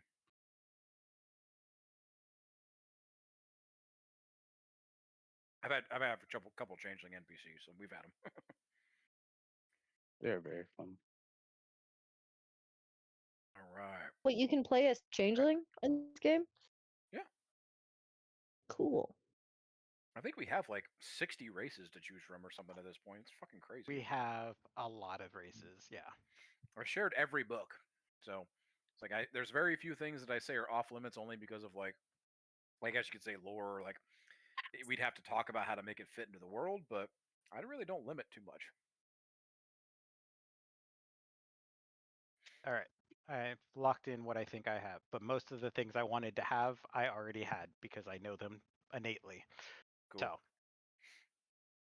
all right, we're at 8:15. We're gonna jump right back into this. do this. Quinn, Pico, you're both here. Yes. Okay. I'm a barbarian. Smalls, Argus, as you guys are allowed past, you guys are able to kind of make your way to the, a giant crowd. Like this is a massive fucking space. Probably twice as big as the space you were just in. That was a whole club with multiple floors. There's like hundreds of people in here, all down looking at this arena down below. These two guys going to town. Smalls, you easily track as well. These are not professional fighters. These are just two guys beating the hell out of each other. So whatever the hell's going on here, doesn't seem like it's a professional gladiator arena or more of a anything goes kind of place. But no way to get into the arena itself. As you see, it's like it's barbed plates, razor wire spikes. Like yeah, it's meant to keep people out as much as it is from keep people from climbing or keep people in, as is from keep people from jumping into the arena. But with that, at that time, you kind of like lost track of Quinn and Pico as they make their way down the stairs into this like preparatory area to come into the arena. Logain is down there, Quinn, Pico, and he immediately goes over to a small box and opens it up down there. He just grabs this small mechanical kind of like it's a plate that has some gears on it. He throws his shirt back and he hooks it up to his chest, and immediately this thing kind of sprawls out, clink, clink, clink, clink, clink, clink, clink, almost like a weird pseudo steampunk Iron Man style, and it creates this breastplate over his body. It's a breastplate, so it's covering his chest, lower area. Arms are exposed. It is just a breastplate armor. And he walks over and he pulls something else out of a chest. It appears to be just the hilt of a sword with no blade on it, though. Has a kind of strange glowing blue to it. Takes his hat off, puts it over with the rest of his stuff, sets down very gently. Looks at you, Quinn. All right, cocktease. I'll see you out there. And he walks out. It's going to do that little wave that Valley Girls do when people walk away and they're trying to be nice. Bye, Felicia. Seems like you got some. Like I said, there's a couple servants down here. Like they're just kind of standing standing ready. But you guys have all of your equipment, everything that you came in with. They didn't take your weapons away when you came in here. None of your gear. What do you want to do? All right. Can we look around? Like, are the boxes just free for people to take stuff? Seems to Or- be. There's just some random weaponry and armor stuff laying around. Okay. Can I look for a piece of armor in the Sure. What are you looking for? half plate? Half plate? Half plate. Roll something real quick. Not a chance in hell. As you're looking for Fine. half plate armor, it seems everything down here is kind of mishmashed. It's a lot of like makeshift. The best you're gonna find here is like some chainmail. It's heavy. It's rusted. It just seems like whatever is down here is stuff that people have kind of scraped together. There's still wet blood in a lot of it. Seems like it was pulled off of whoever lost some previous fights. Weapons down here, they're sharp, but they're crude. But there's absolutely nothing down here that is of in your immediate area, what you're looking around for based off your just passive looking around. There's nothing in here that's of any kind of great value. Perfect. All right. Quinn is going to use her bonus action to turn her stud armor into the same outfit she had when she was at Polly's party. Okay. See, if he wants to fight, he's going to fight me in my most beautiful form. All right. Pico, you doing anything for prep? I'm raging, and then is there like a spear or something maybe I can add as like an extra Yeah. thing there's some maybe as a Yeah, there's some distraction? spears. There's easily some spears lying around. Is there one that looks particularly better than the rest? Roll me a perception. 'Kay. Or investigation, I guess it would be. Can it be a perception? Sure. It's going to give you something different, though. Because investigation's a -2. I would rather have a +4 to my perception. Okay. For a 14. 14? Yeah, there's a couple of well-made spears here. Just standard boar spears. They're not magical in any way, but easily a couple spears. Feel free to add just standard spear to your inventory if you want to take one. I'm All just right. gonna have something extra prepped if I need to chuck something. Cool.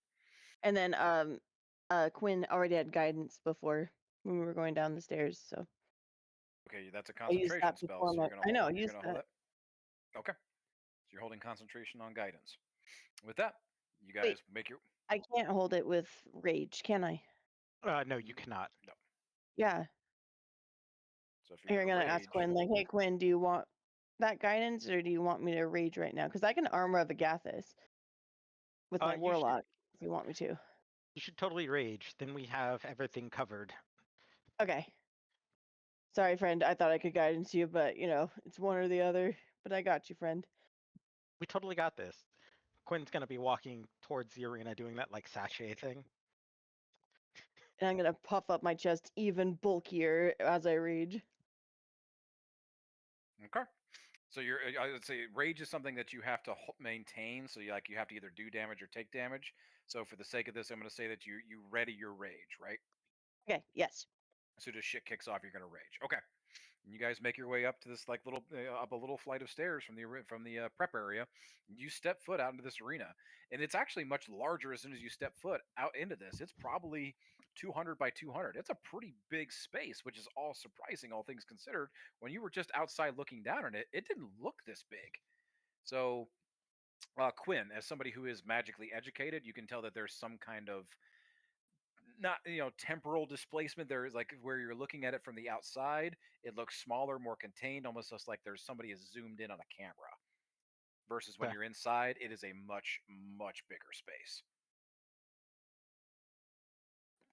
But Loghain's already made his way to the other side, and he has something flipped over on his wrist. Honestly, it kind of looks like anybody that's seen Fallout or played Fallout. It looks like a giant Pip-Boy on his arm, and he's kind of like playing around with something like some kind of dial on there, and you can hear like even in this space, you can hear something kind of clicking away on his arm. Got it. Okay. All right, you ready, Corktease? You want to attack away what you said about me earlier? I don't think that changes the fight. Changes whether or not I fucking kill you. And with that, I want you two to roll initiative. Smalls, you have definitely clocked. Smalls and Argus, you have definitely both clocked that Quinn and Pico are inside of this arena, squared up against this gnome off in the distance. I got a 5 because okay. initiative apparently hates me. 9. Put them in chat. 5 and 9. All right. Roll these real quick. Oops.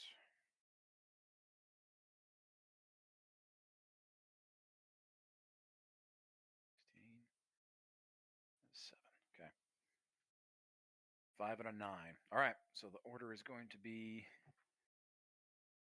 Type this in just before.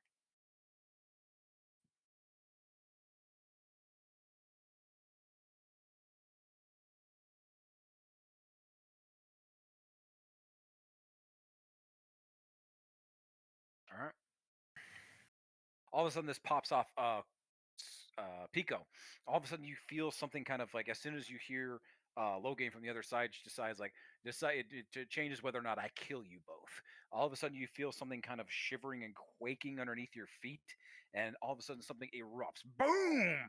As this massive armored insect erupts from underneath your feet, comes up, wraps itself around you, wraps mandibles around your throat, and goes dragging you to the ground. This is a giant This is a giant armored Ankeg.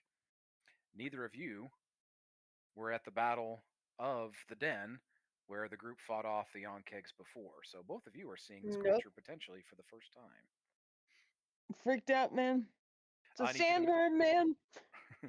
I need you to make a strength saving throw. I'm going to say, because you readied your strength or readied your rage, either you are raging when this pops off.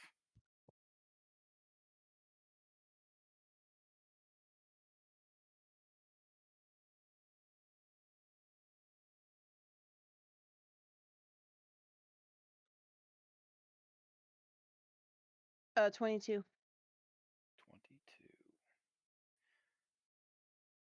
Just a second. I'm actually trying to find the art for the Ankeg. I kind of misplaced it here, so I'll find it here later. All right, 22. All of a sudden, this thing jumps over you, wraps itself around you.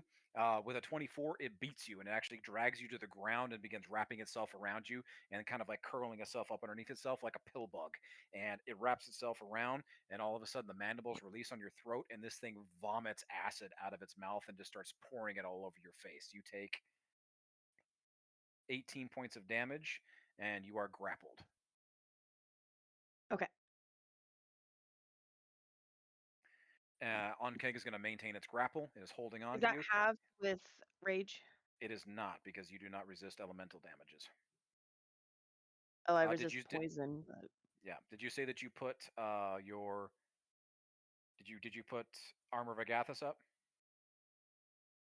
I was prepping a rage instead of doing all of that. Remember? Okay, so you just prep the rage then. Okay, so you are raging at this point.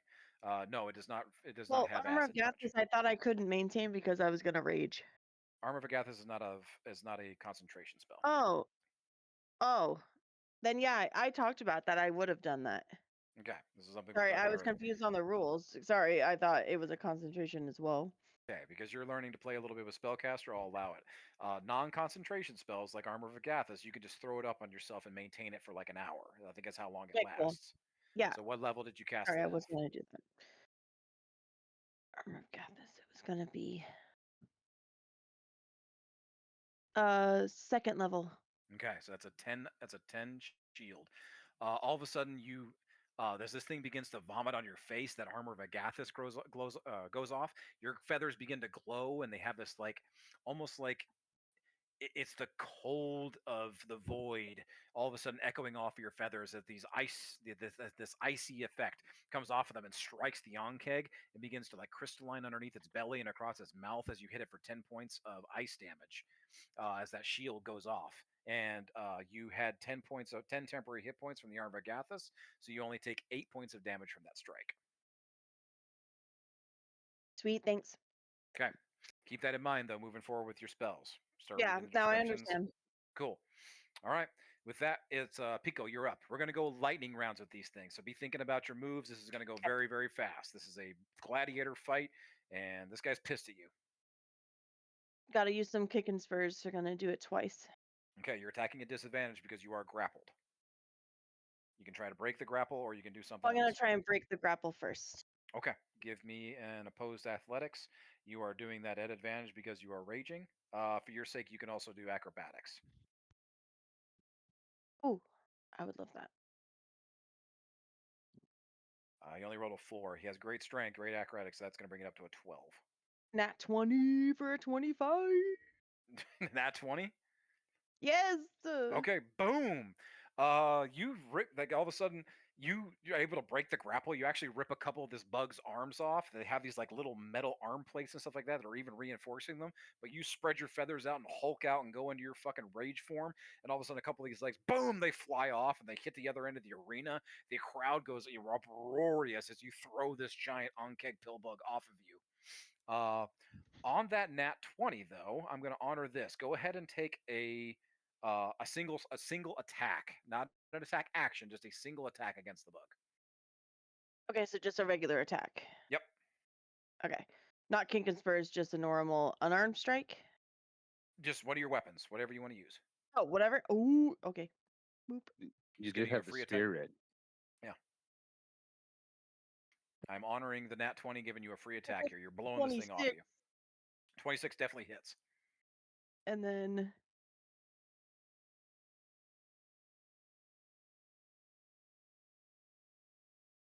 so 1d4 plus 4.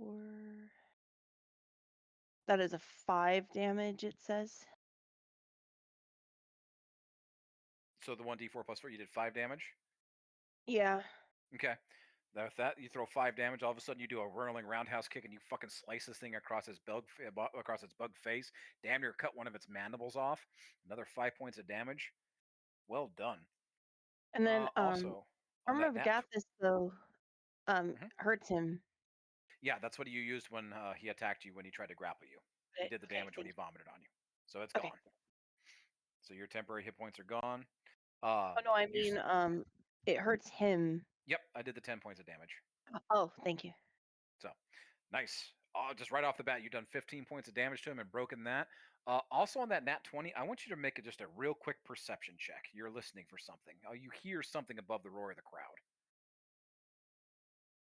Another nat 20. Wow. Yo. Woo, Okay. Pico's 24 gonna on carry that my one. ass. I'm like, damn. "Ah!" Pico's going mad right now. Okay. I hate sandworms. I guess so. All right. Early bird gets on- the worm kind of joke. Yes, eat the worm. Yeah, don't forget you get an inspiration I from your got nat it. 20. Thank you, Mark. Dicky Smalls. With that, you hear something coming from the walls of this place. As I said, there's a bunch of like things hanging off the walls that look like weapons and skulls and stuff like that. You hear something and echoing in a voice, a very, very familiar voice.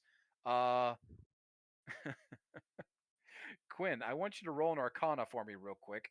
But Pico, you hear in a very, very familiar voice, remember who you are! I got a 4 on Arcana. That's Okay, nothing. Pico, that voice is literally coming from something hanging off the wall. You look over, it looks like an axe, but it's an axe made from a skull. Woo. Made from a skull. Tyrannosaurus skull. No. I mean, yes. But this axe, that voice is coming from this axe. And I'm gonna go towards it and grab it. Okay. I'm going to give you this as a free action. You can add something to your inventory. You can. I'm going to say if you want to use it for this attack, let me know before you get a chance to read it. But your turn is coming up, so I'm going to let you use your Yes. bonus action to grab it off the nat 20. Yes. Yes. You can add. Before You I can would add it. lead, You can I add a was weapon chosen to to your. lead, not to You can read. add a weapon on that nat 20. I don't fucking believe it. You can add a weapon to your inventory. Just search it through the inventory. It's called Tyrannosaurus Rax. R-A-X. Rax. Just type in R-A-X.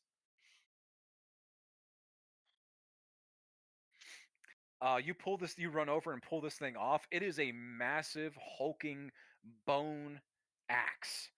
In this axe blade, it looks like a giant mace, but the front ends of this thing are carved into the way it's a giant axe. And this skull is screaming out to you, telling you, remember who you are. As you grab this thing, you will feel empowered. You feel like you could rampage with this fucking thing. Oh, You I can feel it. roll me an attack real quick. You're going It's after a the bug, great right? axe. Oh, sorry, I'm trying to make sure that I add the.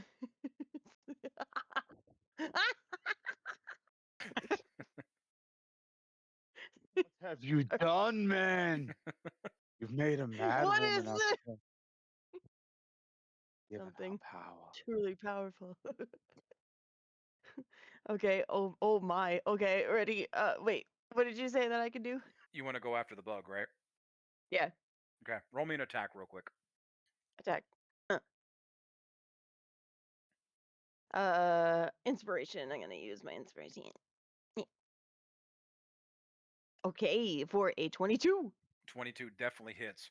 You grab this thing and you just feel empowered as you immediately begin rushing the bug. And as soon as you get close to it, in your hulking, in your raging form, raging Pico, you smash into this bug for 1d6 damage, and you clear its space, and you would actually knock it back over onto its back, and it's fully exposed. And you wail down on this thing. I'm just going to use maximum damage for the first time to have some fun with this. You do 18 points of damage as you smash this axe down into the exposed belly of this bug, and it's knocked prone. So that's your first attack. Go ahead and make another one. Hurrah! 14 on that one. 14 unfortunately misses. Wait, he is knocked prone, so you have advantage on this. Roll again. Oh. For an 17. 17 hits. He has an armor class of 15. Go ahead and use whatever you want. You want to use your axe? You want to use your kicking spurs? You want to use something else? Go nuts. That plus cloud strike damage for 12, and then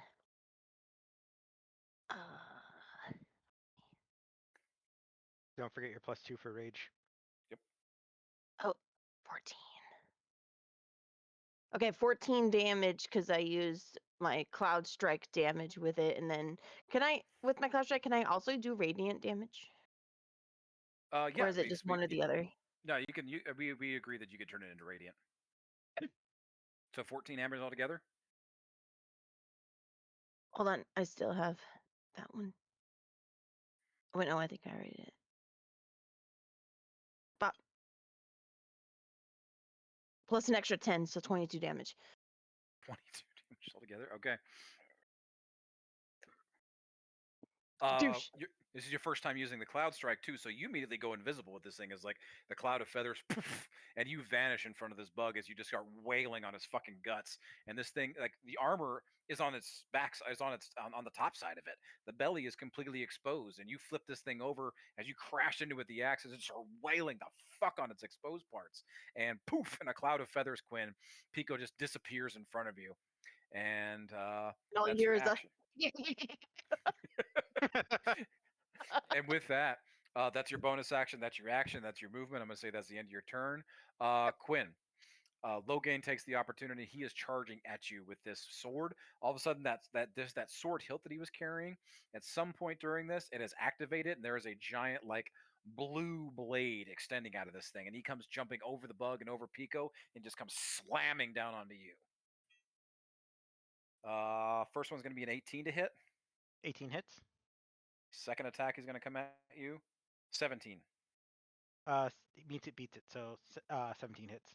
17, both attacks hit you. All right, with that, comes at you for. Oh, I rolled a 1.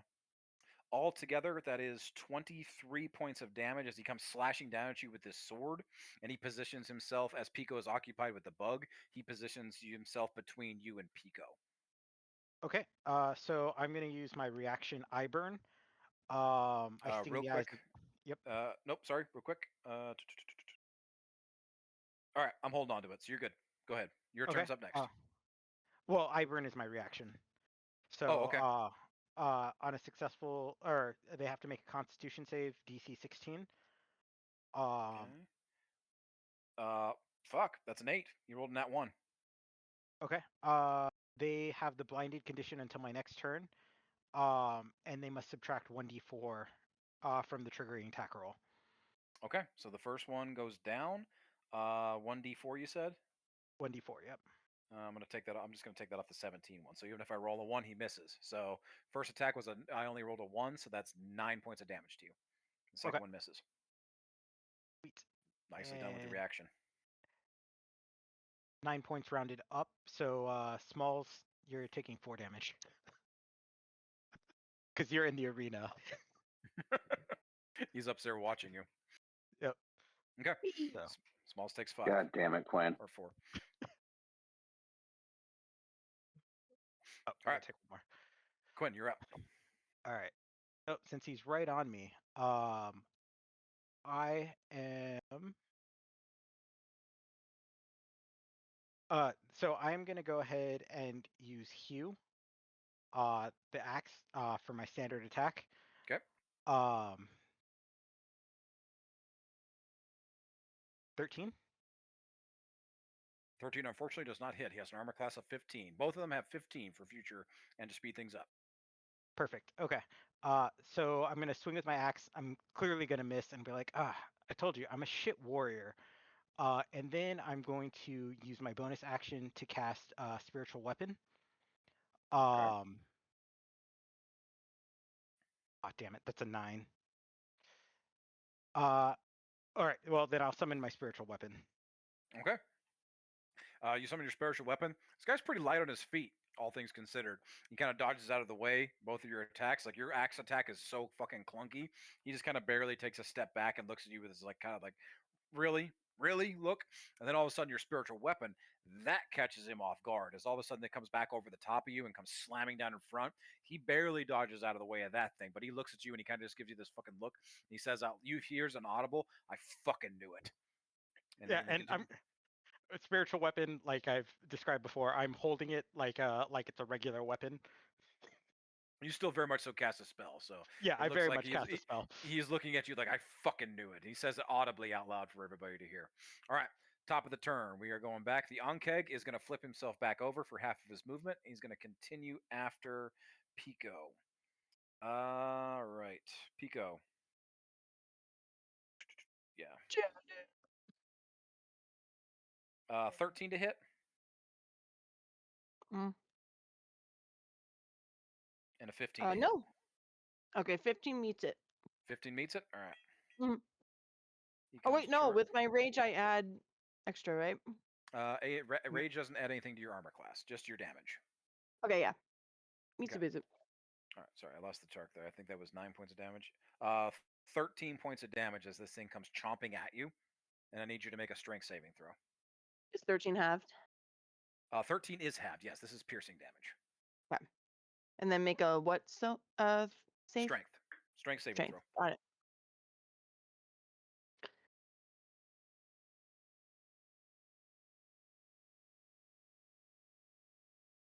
$17. 17 meets it, or 17 beats it. This thing attempts to like latch onto your leg with one of your pinchers and attempts to like vomit more of that acid onto you, but you're able to step back as this thing slashes your leg for that points of damage that you're able to have with your rage, but isn't able to get the vomit attack on you. But this thing is rearing back up and kind of positioning itself and getting back and like getting its rhythm back. This thing's massive. It's more than probably 3-4 times your size. It is a giant ass insect. Pico, you're up. I'm not intimidated. Rah! I'm gonna go back with my melee weapon. Okay. Darn, that's a 7. What are you using? Tyranno. Okay. So you miss. So you get 2 attacks. And then one more time because this thing is new. 22. 22 definitely hits. Armor class of 15. So you strike with that thing. You notice that you are still fucking basically rampaging with this thing. You are invigorated with the spirit of whatever is in this weapon, and you go crashing into that worm for another 1d6 damage, and then roll your damage for your weapon. So also a 1d6 with it? Yep. Roll the damage for the weapon Okay. plus a 1d6. You're crashing into him. 6 total. 6 total damage. Yeah. All right. This bug is looking pretty fucked up, honestly, already. Okay. That's the end of the bug. Or sorry, that's your attacking. Right? Mine, yeah. Oh Okay. yeah. I just Any wanted bonus the team. actions? Sacred Flame bonus cantrip. Oh wait. Can't. Yeah, can't. No, use a I can't spell do and an that. attack. No, not Yep. that one. I'm gonna do one more hit. I'm gonna try and. Can I Bonus action bonus Yep. with your like an spurs. unarmed strike? Oh, okay, my spurs. Yeah, yeah, that's what I mean. The other one. Yep. 18. 18 hits. 15's the armor class. So that one is 7. 7 damage. You slice this bug open. Legs are hanging off. Belly's hanging out. This thing is fucked up. We're almost there. Don't worry, Quinn. The sandworm won't live any longer. And I'm just trying my best. You got it, babes. I totally believe in you, Janet. Oh yeah, babe. Yeah. Nice. That I'm it for like you, Pico? I'm so enthralled with my Tinorax that I don't realize what I'm saying, but I'm like repeating because I'm like, yeah, this will boost them. Just wailing the fuck on this bug.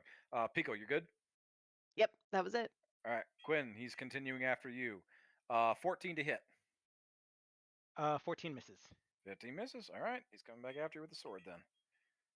That one is a 25. 25 hits. 25 hits.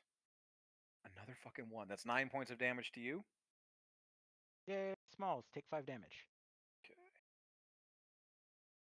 Real Or 4 quick, that damage, last sorry. one, was I supposed to take 5 or was I supposed to take 4? Take 4. I'm taking the majority of it. Yeah. All right, he is going to use his bonus action for the bug. Bug's going to take another swipe at you, Pico. Okay. 19 to hit. I think it Yeah. does. That is another 11 points of damage to you as the bug comes clamping down. No concentration. That's already halved? No, I'm giving you the full damage. You have it yourself. Oh. Cool. No clamp on this one. So that is it for Logain. He's going to hang on to his reaction, of course. So I'm going to have a reaction to his attack. I'm going to use Hellish Rebuke. Okay. He needs to make a dexterity saving throw. Yeah, dex saving throw 16. 16. That's a 7, so nope. He's going to take 12 fire damage. 12 fire damage. Damn. Okay. Gods like me more than you. You say that, and he kind of gives you this side eye before all of a sudden he bursts into flames in the front. His chest piece, and all of a sudden these gears and stuff are turning in his armor. And he lands his back. He's like fully fucking surprised. Like he was pissed at first when your spiritual weapon came over, but all of a sudden you hellish rebuke him. He looks visibly confused. All right, that's it for Logain. Quinn, you're up. All right. I'm going to cast Stellar Bodies as soon as I find it on my list. Which basically makes 2 stars orbit me. Okay. And when he attacks me, they basically counterattack.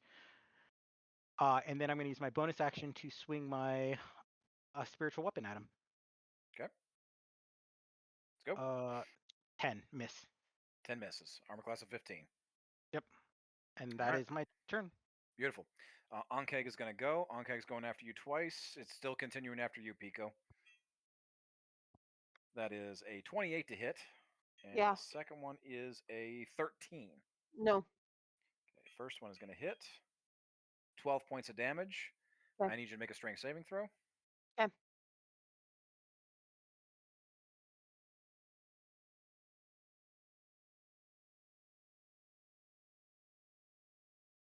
$18. 18 beats it. It's not able to latch onto you. End of the bug. Okay. Pico, you're up. Whacking on it Tyranno style. Okay. That one was a 6. And then nat 1 on that one. Not gonna work. Miss both times. Yeah. Okay, you're swaying like this thing's fighting for its life. It's barely hanging on there, so it's hard to hit. It's just kind of I'm it's gonna moving bonus. itself. Okay, or- you're gonna bonus action attack.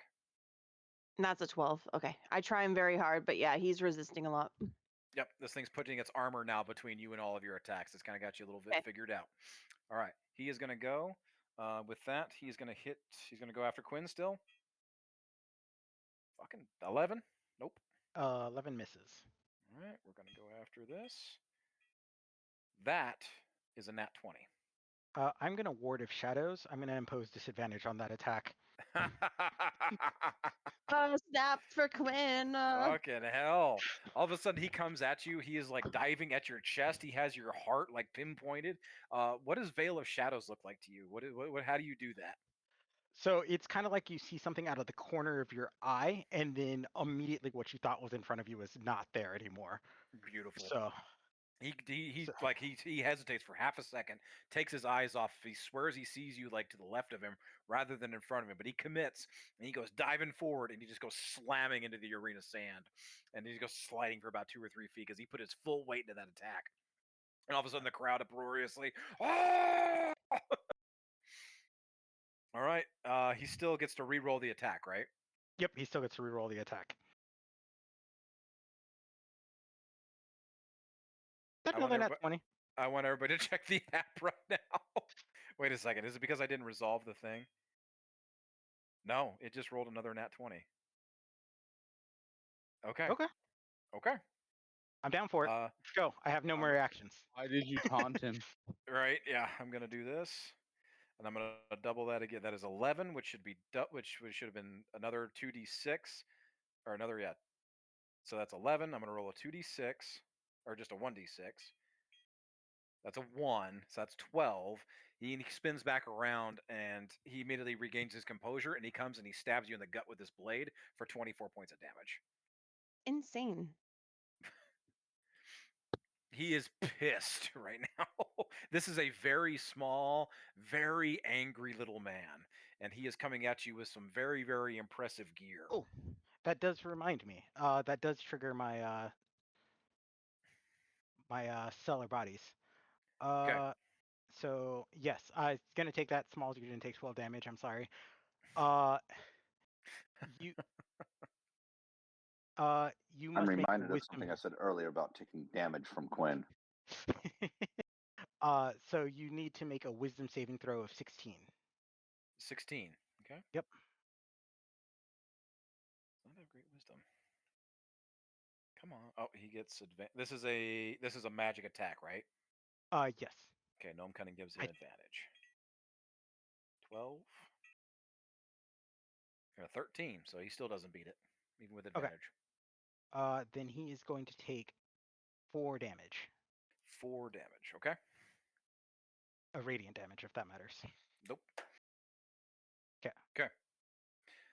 All right, that's it for any bonus actions. He's going to give another. That was both of his attacks.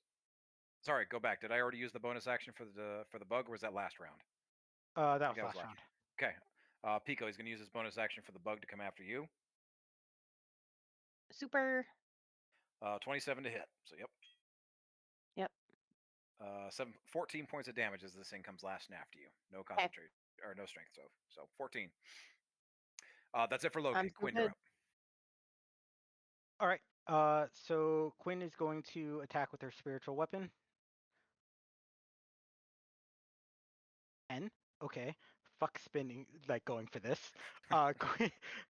Quinn, who is now visibly annoyed that she keeps missing this short little fuck, is going to use Spirit Guardians.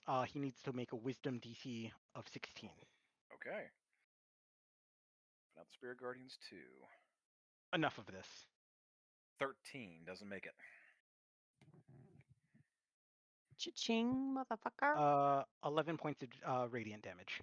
11 points? Okay. 11 points. Damn. All right. I'm done playing with you, little man. And that's action, reaction, bonus action. Yep, that's my economy. All right. You say you're gonna Oh kill wait, him, little actually, how close is the onkeg to us? man? 10, 15 feet. They're pretty damn close. Like I said, it came after Pico and it hasn't moved much. I have 15-foot area, so the onkeg would also take 11 damage if it fails the wisdom. Okay. Let's see here. I'm gonna use the same thing. 12. It fails. How many points of damage? 11. 11. This thing had three hit points left. How do you want to finish it off? So the guardians, since they look like roses and thorns, Mhm. they're gonna start clawing into it, and they're just gonna start chewing into it till it's clearly visibly decayed. Oof. Just rip this bug apart. All of a sudden, like Pico, you are like battling this bug, getting ready to fucking smash it yourself, and all of a sudden, Quinn, her magic comes around and just shreds this thing around you, and this thing just keels over with this like disgusting skittering screech. Its legs are still kind of going a little bit as if it's still trying to crawl away from its own death.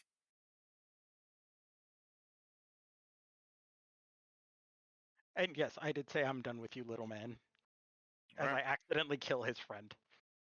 He looks like he sees his bug go down. His eyes get real big, and you see the gears turning in his head just as much as it is down that chest plate of his. And with that, Onkeg is dead. We're going straight to Pico. So, you see, like I'm so proud to see that this sandworm is down, and I'm like, yes, Quinn, I knew we could do it together. And then I do a quick chicken look at the other opposing character, and I give him the big squint eye, like, you next. So I'm gonna jump in the air and try and. So when I jump in the air with the wing flap, may I ask if I can use my crushing throw with my Tyrannosaurus Rex and see if I can hit him?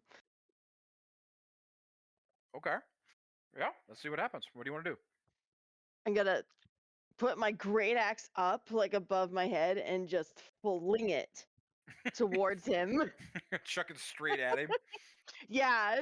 Okay. And I'm gonna imbue cloud strike damage on it as well if I'm able to hit him. Okay. Let's roll it. He has an armor And- class of 15. All right, T-Rex. I think you still have your inspiration and stuff too. Nat 20. Jesus. Yes. Yes.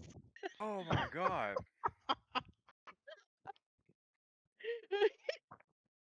Fucking hell, Pico. All right. On a nat 20. What does it look like? Yeah. Sorry. That was so exciting. With a freaking dinosaur fucking great sword. So, I gotta go cockadoo. Bitch! And I'm gonna chuck this fucking thing because now that the sandword's over, I'm like, you're next! And then it just goes whoosh, whoosh, whoosh, like up into the air, and it's just gonna fucking clobber him like from jawbone down to his sternum, and it's gonna make it like break open like it's a fucking eagle split. Oh my god. Roll the damage. Remember, it's you roll double your attack and then double it again. Plus, I had the. I had a And you had fucking Cloud dodgy Giant thing. Strike, so that also doubles whatever you roll for that. And then you get 2 He damage needs a from being. DC 14 for a wisdom saving throw if he needs it. But No, the nat 20, I'm not going to make him roll it. plus 1d4. That would be a double on that one once I get this. You also get leveled 8. I'm going to say you get 8 more damage flat. From whatever you roll on this, you also get 8 more damage from up. raging. Plus 8. We have. But 48 damage. 48 damage? Jesus. This is just your first attack, right? Against him? Yeah. I just look at the guy and I'm like, oh, that's the guy we gotta kill now, Quinn. Cockatoo!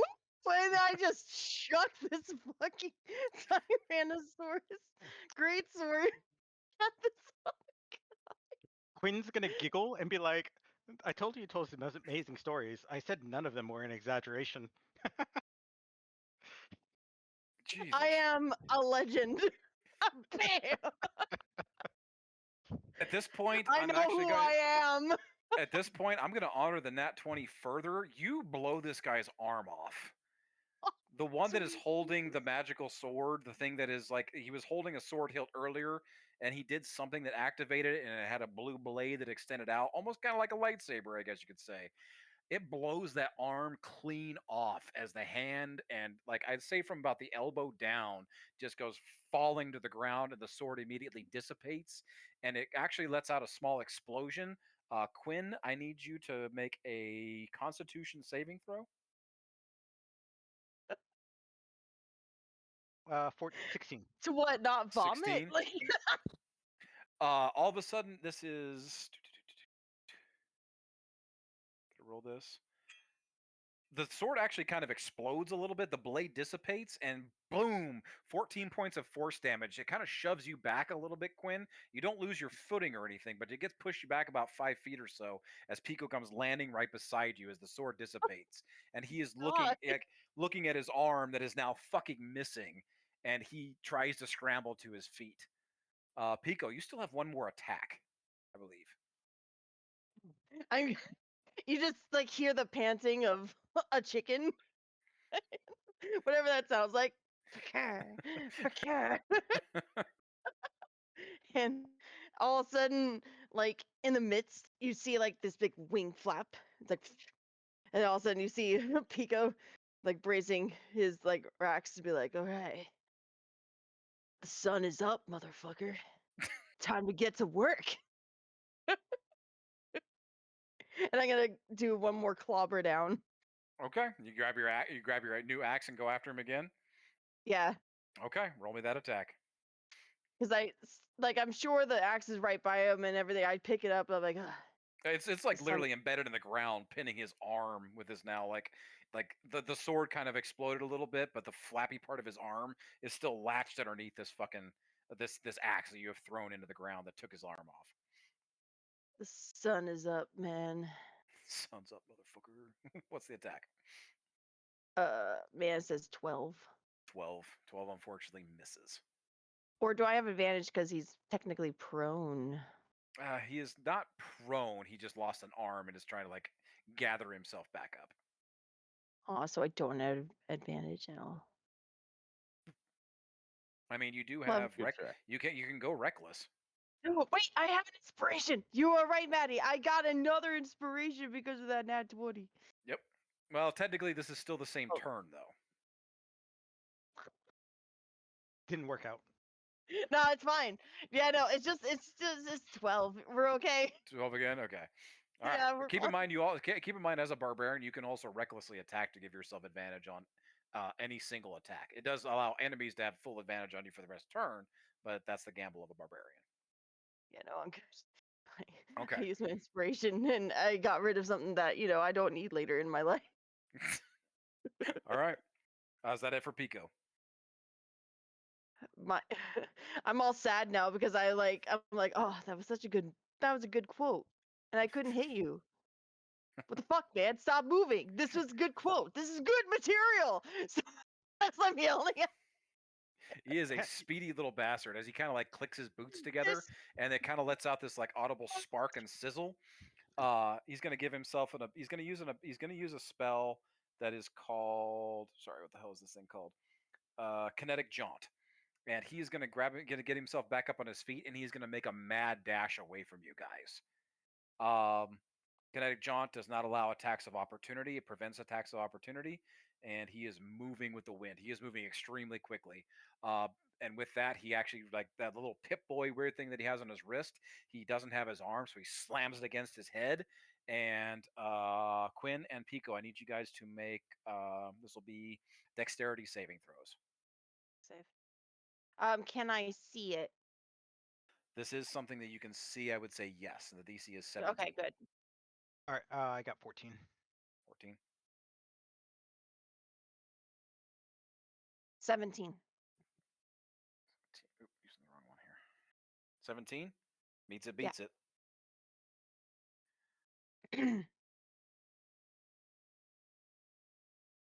Weak. All of a sudden, he slams something onto the top of his head, and all of a sudden, you hear like something kind of clicking and rumbling from the Ankeg that you shredded apart before, and you turn back around just in time to see this thing explode as this fireball gross. erupts and goes off. You both take 13 points of damage. Pico, you are halved because you made the dexterity saving throw. I have rolled so many ones and fucking twos in this fight. So have I. So have I. That's why I haven't been able to beat the crap out of this dude. Smalls, please take 6 damage. Oh my goodness. Thanks, Small. As this bug erupts and explodes and knocks you both off of your feet, as like literally a fireball goes off. Quinn, you clock that there is some kind of weird green residue between the plates of this thing's armor just before it explodes, and that green, whatever is between its armor, glows extremely bright and had a very, very distinct smell when it burned, and boom! It just exploded in front of you guys. Knocks you off your feet. And as you both kind of gather your senses, Quinn, you come up. Logain's gone. He has fled the arena. Oh, he managed to get out of the arena. Wow. Yeah, he didn't stop. Coward. Coward. As you all look around and see that he is gone, though, but the crowd around you is just like fucking uproarious. They are just. Ew. Woo!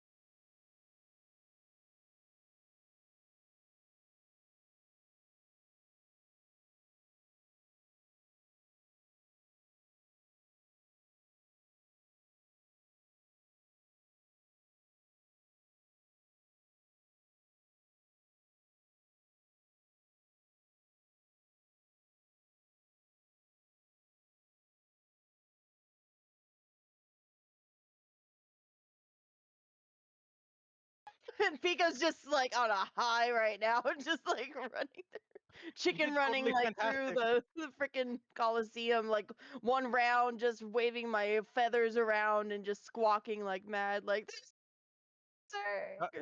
Quinn, real quick, before you do leave though, as you're kind of like stepping, like you got Pico helps you, everybody you help each other up, you gather things, and kind of letting the euphoria down. You step over as Pico picks up his axe. You kind of like step over the arm a little bit of Logain.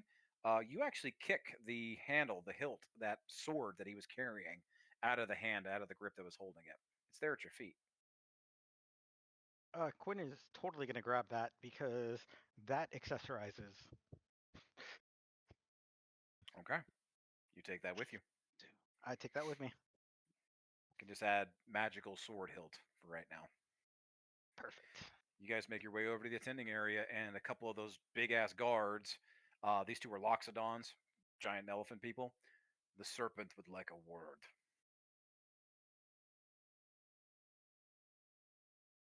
Sounds totally awesome.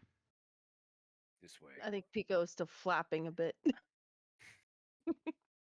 Quinn's doing that one weird run that they do in anime where they just stick their chest out. Say run. Heck yeah. All right. You guys get led out of the attending area and up towards that same set of stairwells that Count Mercurio went up earlier. Smalls. Sure.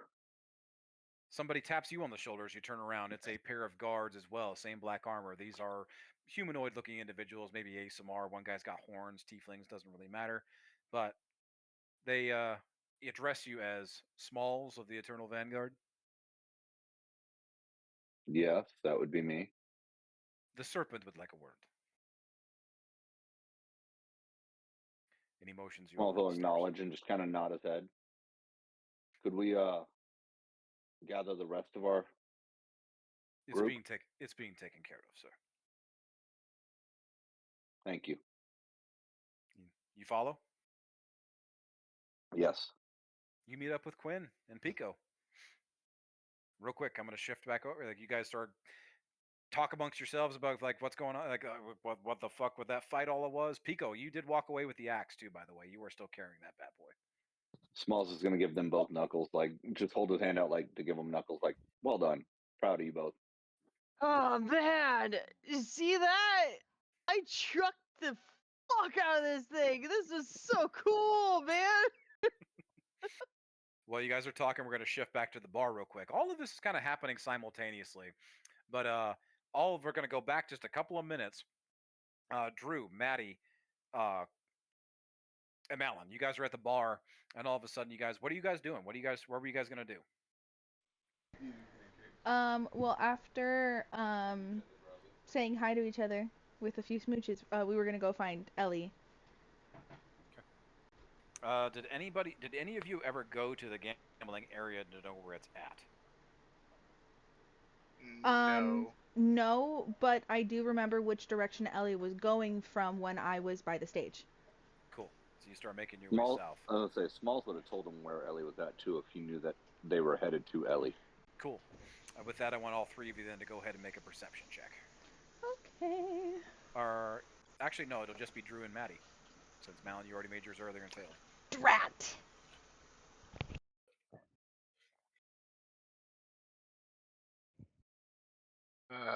13. Does inspiration carry over to next episode or no? Yeah, we haven't had a combat or anything, so it carries over. We're still playing role playing. You guys haven't had a long rest since you guys got one. Then just 13. 13. We got there, Drew. 18. How much? 18. 18. Nice. Drew, you are the first to clock that you see Rosham coming out of this gambling den as you guys are headed that way.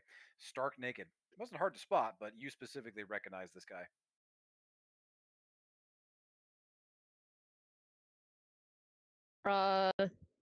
You say anything to the other two? Yeah, I think I'm just gonna point at him. Okay. I'll like nudge Malin and Maddie. He is quickly making his way to the right past the tables, attempting to get to the stairwell that leads to the exit. Fuck. I'm gonna see if I can go intercept him. Okay. With your movement speed, easily. Yeah, we'll catch up. Hey! I was gonna say I'll follow behind. You are with the group. You are friends of Ellie. Yes, Sherry. Yes. Where are you? Where is she? No, she took my place. She needs you. She needs you. Go. And he starts like motioning around the corner to the gambling den. Is he trying to like walk us over there, or is he just trying to like push us that way? Roll me an insight real quick. Okay. Can I also roll insight? Can I just have Drew do with advantage? That's a nat help 20. Them? Oh, Or a nice. 24. You know what? I'm gonna roll anyways just to see. Oh, I also got a nat 20! You both get nat 20. Yeah, we both got nat 20! What the fuck is with the the dice tonight? Oh my god. It's the new moon. I do It's have the new moon. I do have We're a -1, so manifesting. technically it's a 19, but I did Still. roll a nat 20. I'll honor the double nat 20. You both immediately clock.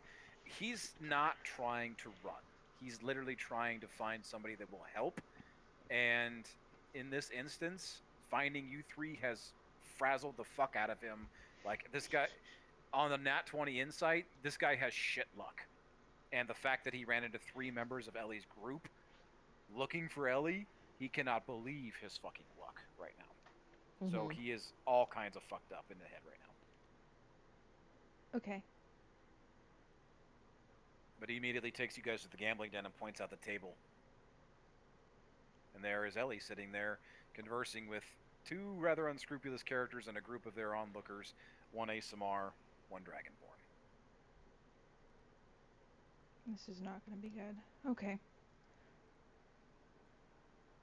Oh. See this group approaches behind Ellie. The ASMR chipes up. Oh. More friends. More Vanguard. You say that like it means something, sweetheart. It does. So Let me as a see. bonus action, Ellie's gonna charge 2 more runes. Okay. Anybody else doing anything? I'll greet the people at the table and be like, "What's going on here?" Your friend. She lost a game. Lost a bet. She owes us a great deal. Or we own her. What's the debt? What's the debt, Ellie? Tell your friend. 1720. I'm gonna immediately look at Rosham. Is he wearing clothes yet, by the way, or is he No, still no, naked? he is butt ass naked. No. He's using his hands to try to cover up his giblets. His head is like he is holding his head like. Do I I'm have still my honoring the things nat with 20. me? This guy is ashamed of himself. Okay. He should be. Do I have my things with me? Yeah, everybody's carrying your gear. It's like when you wild shape, all your gear turns into yourself, so you're good.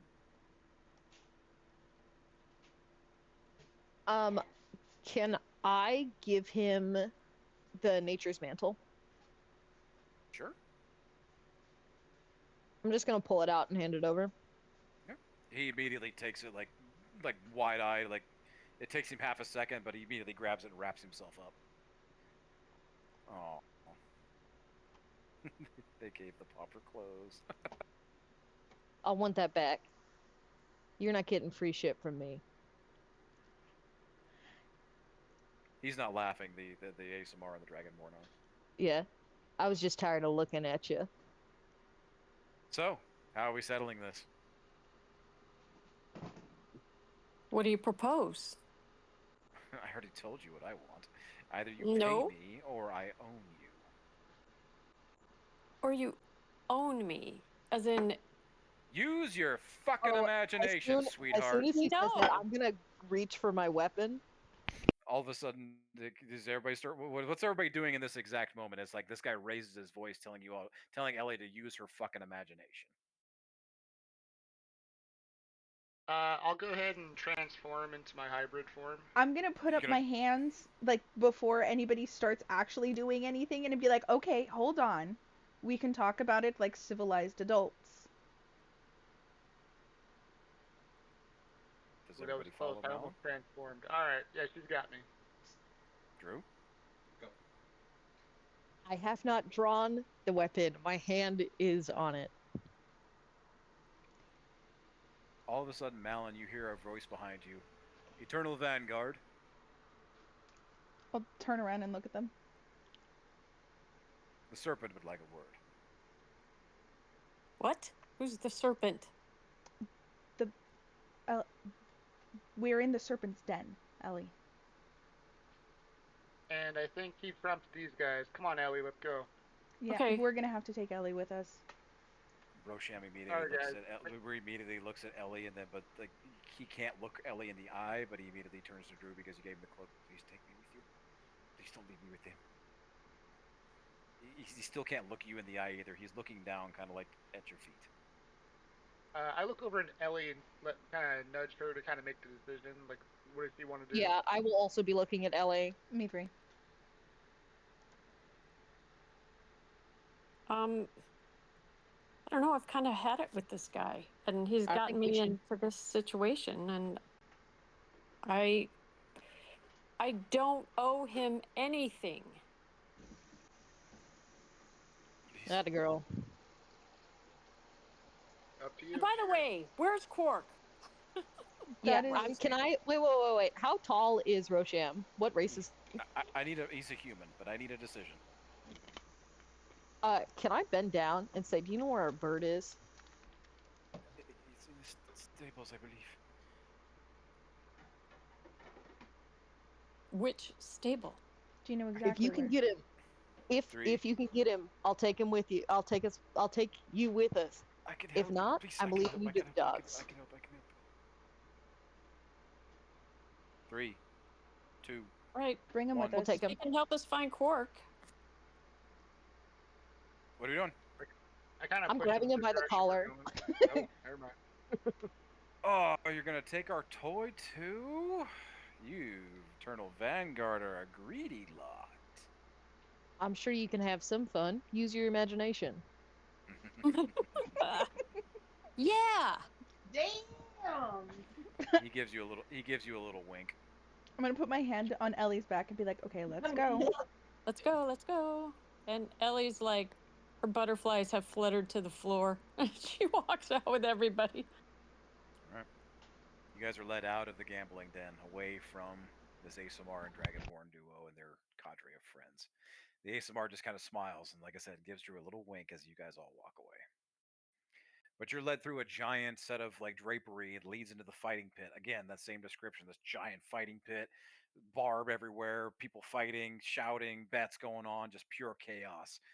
And you're met through as you kind of wind your way through following this escort, and you meet up with Smalls and Pico and Quinn, and the group's all back together again here at this VIP, here at this the landing of this flight of stairs that leads up to this.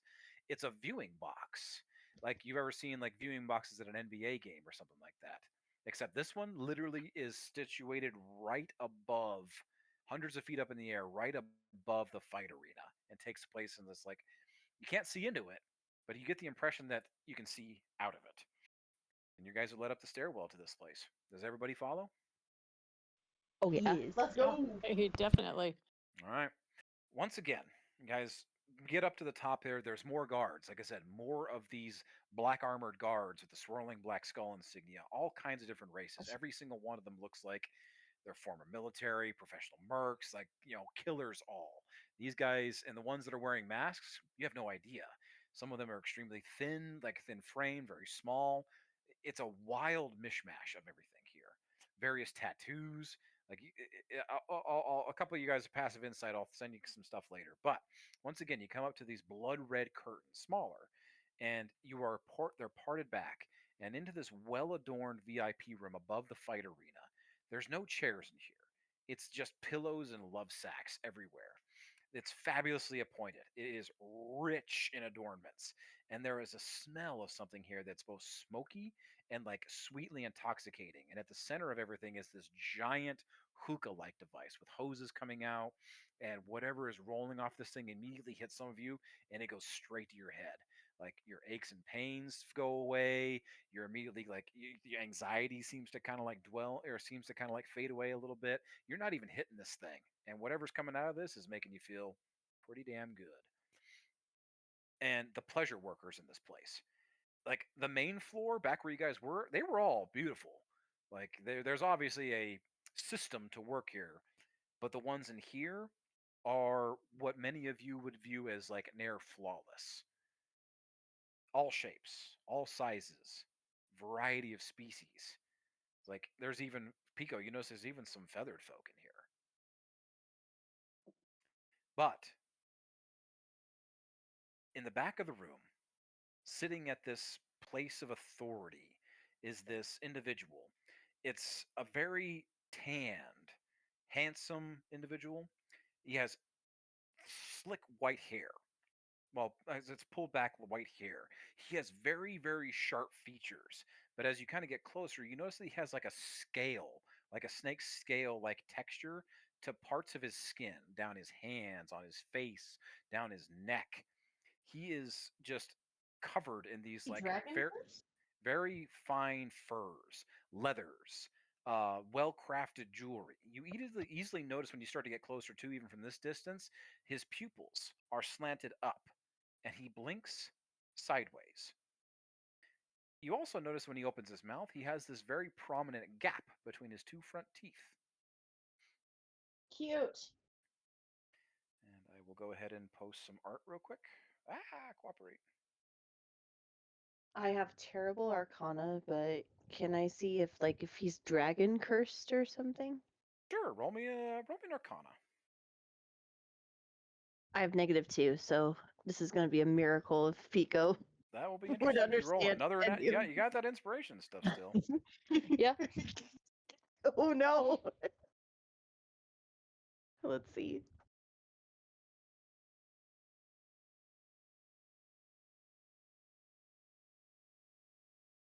14. 14 doesn't seem to be dragon cursed, but there is a very dragon-esque feeling to this guy. But he's not a Okay. dragon born. Okay. He appears somewhat humanoid in features, but he has very, very scale and dragon-like features about him. Has the wide gap tooth. As you guys approach, though, this individual kind of looks up at all of you and kind of smiles, this big, wide smile. His eyes kind of narrow. To his right and to his left, like got back up against the wall. Like this guy is surrounded by probably like a dozen of the most ridiculously beautiful pleasure givers that you can possibly imagine. Men, women, anything in between. And they're feeding him, handing him stuff. There's a handful of people that are gathered around him that look very, very well dressed. You know, it's almost like he has this like gathering of bankers and investors that are like whispering in his ear, that they've all kind of gathered around. But to his left and to his right are even more of these black armored mercs. And they are waiting completely fucking stoic, like looking up at the air, arms folded behind their back, and they are just standing there, unmoving. But also, many of you notice, sitting to his left is another familiar face. A deep gnome with a little pointy beard, dark armor, scars, and still nursing what appears to be a few fresh wounds on his face. Can I wave at him? 6, 7. I'm gonna sigh really heavily. Just like a little finger waggle. Just a hey. What's everybody kind of feeling as they walk in here? We'll go one by one. Just real quick. 10 words or less. How are we all feeling? We'll go with, I'll go in order. Quinn. Quinn's totally up for anything, but very suspicious that Dix is here. Malin.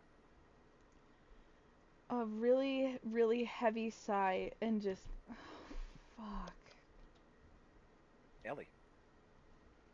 Just staring, one, relieved to be away from the gaming table, and two, looking around and spying 6. It's like, oh my gosh. Argus. So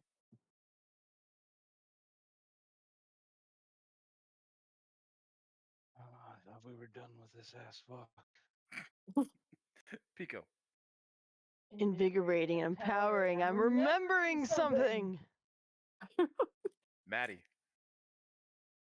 Radiating heat because 6 killed a couple of us and ready to transform. Drew. I would say I'm, like, shockingly at ease and fairly like confident and comfortable in this situation right now. Smalls. Smalls locks eyes with the guy in the chair. Not 6, but the one next to him, the one that is in the center. And just starts radiating energy. He is tense. His face has gone to stone. He has locked eyes with the guy in the chair. I would even go so far as to say some of his tattoos are starting to flicker like he's about to rage.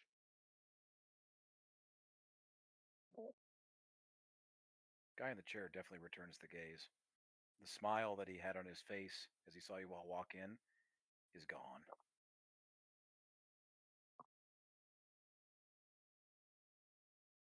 I would say that every muscle in Small's body is now tense, like to the point that you could You ever been around somebody that's about to fight and you know that they're about to throw a fucking punch? That's what the team feels standing next to Smalls.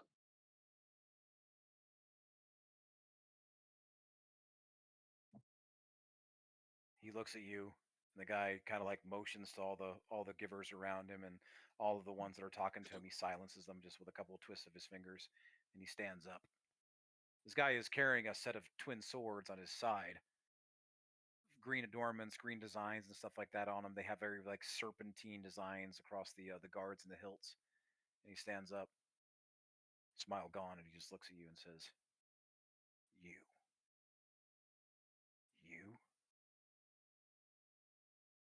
And he begins Smalls walking returns towards the closer gaze. distance. Smalls returns the gaze. You motherfucker. As his hands just start to clench into fists. Again, like the muscles in his forearms are clenched. Everything in his body is indicating he is about to fucking fight. Fuck you, dude. As he stares straight ahead. You're even uglier than the last time I saw you. Well, that's a fucking sight for sore eyes because fuck you. Pretty sure I left you bloodied last time. Bloody but not dead. Thanks to you. Yeah. Well, maybe I can correct that this time. What the fuck did I say I would do to you if I ever saw your ass again? What part was unclear? You know what? If you're feeling froggy, then fucking jump, motherfucker. You want to fucking jump? What's everybody doing right now? Scrambling to get Smalls to calm down. Yeah. Enjoying the show. He told us not to fight. Yes. He told us not to Quinn- fight. We can't fight. Quinn's gonna put her hand on Small's chest and just give him a look like, listen, you gotta follow your own rules. Real quick, we only got a couple seconds. What words do you want to say? Like you were trying to. What are you going to do in the Smalls? Everybody, go. Quinn. Raging. Quinn's touching his chest. Let's see what he has to say. Transform. Transform. You told us Malin, not to fight. Ellie. We cannot fight. Ellie. We cannot fight. Can everyone Rage. just get along? Pico's raging. Argus. Master, don't do this. Drew. Oh, I'm just gonna like sit back and I'm gonna flick my tongue out at the serpent guy. My forked tongue. He completely disregards you and he jumps on Smalls, wraps his arms around him, shoves like Quinn, your hand is immediately shoved out of the way, and he wraps his arms around him and he begins going, oh, and he begins humping the shit out of Smalls. And Smalls hugs him back with a giant fucking smile on his face. Aw. Yeah. I'm gonna be a little grossed out. I'm Quinn- about to throw my axe again. It's about what I Giant expected. rat motherfucker. Ellie's I'm got gonna her hand cover to his Quinn's throat, eyes. Like, oh my gosh.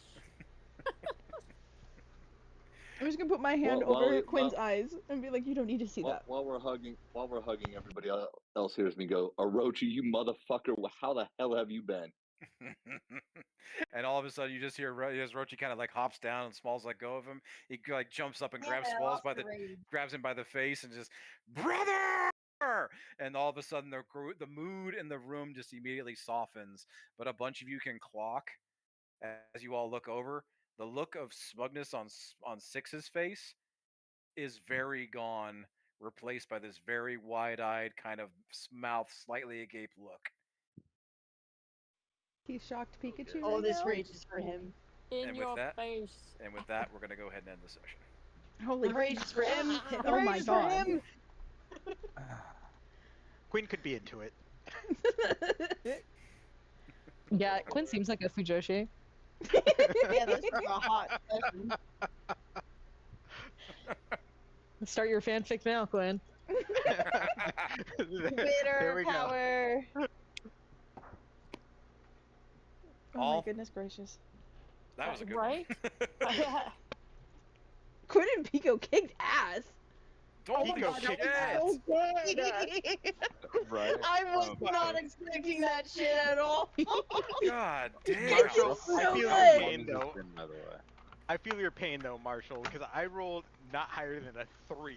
That So many entire ones fight. and twos. I couldn't get you with the damn this guy had like setup spells. He had to hit you with the first one, but I couldn't get it going. And then fucking Pico coming in here with a double nat 20. Give So me good. a break. Janet. Boy, I got Janet let's came in. fucking go. I was gonna say, yeah, Smalls didn't even fight. It's like this is a Pico and Quinn all the way, ripped through an armored Ankeg and a Baron, but basically what equivalates to a Baron. Like this is the Major Domo Logain is the ruling military mayor of the den. So this is a professional soldier, and you guys ripped through him and embarrassed the fuck out of him. Him up. Yeah, he has took no his arm. arms. So I have don't know. 2 questions. What's up? One, does that mean he can't rule with an iron fist anymore because he's missing a hand? He's got another Mhm. hand. So. And or does that mean he'll literally rule with an iron fist if he gets one replaced? Yeah, there That'll is, work. you That'll know, work. there is a place here that replaces limbs. So you still got to get there. Has it been over an hour, What's that? roughly in game? Has it been over an hour in game? Yeah, I'd say so. Since you guys got here, easily an hour. Okay. I'm gonna recast this guy's self then to keep up the arm coverage. Okay, keeping it up. Yeah. Yeah, because I'd rather not draw attention. I I don't know, have. Marshall. We can't look away from your I impose disadvantage. Oh, look, another nat 20. Oh I my don't think we can fucking look away God, from that. dude. No, Yeah, I- like, like- Jesus. Like, I no, saw your roll, I was like, this is You're like, bullshit. what? Yeah. Well, I thought because I didn't roll the damage, I'm like, wait a second. Because I didn't roll the damage, maybe it gave me another nat 20. But no, I did it again a third time. Like, no, it rolled 2 nat 20s. I do It have was- an that was above the amazing. table conspiracy theory, if I may, Okay. because he is so the major domo, right, is the one that was the mayor of the city that we fought all of the Ankegs in. Yes. And the Ankeg that they were fighting had the same residuals that we noticed previously while we were initially fighting. Yes. So this man, potentially, in my conspiracy theory, started all of it due to experiments because he wanted to have something stronger that he could fight with. The world is full of mysteries. Destroyed an practically destroyed an entire city that we saved, and then he took all of the credit for it. To be fair, Malin, a To be rich fair. man would never do that. That's crazy. the big ones who would know mostly about that were the ones that explored underground and lit a torch and then had to escape. Yeah, they're dead now. Yeah. Both of those guys are dead. Yeah, both of them are dead now. But that's what I was saying, because also I remember that Morb also had picked up on the signatures of it because he really liked the fact that it was as explosive as it was. Night, Maddie. Nice. So my conspiracy theory currently That's is that hilarious. was all him, and the bug is proof of that. Effectively, unfortunately, all of the people who could help you with your conspiracy are dead and or missing. So Well, see, that's the thing too, because You Smalls can only fought have them, that above but the I table. wasn't there, so Malin can't make the connection. This is purely No. me. yeah, this is This leads like to above the another table. above the You table can't do it. conspiracy now. I'm gonna have like Y'all a whole Smalls out. board about all of these Night, things, night. all of these Smalls, guys' appreciate decisions. you, brother. Bye, Smalls. You have wonderful evening, Mark.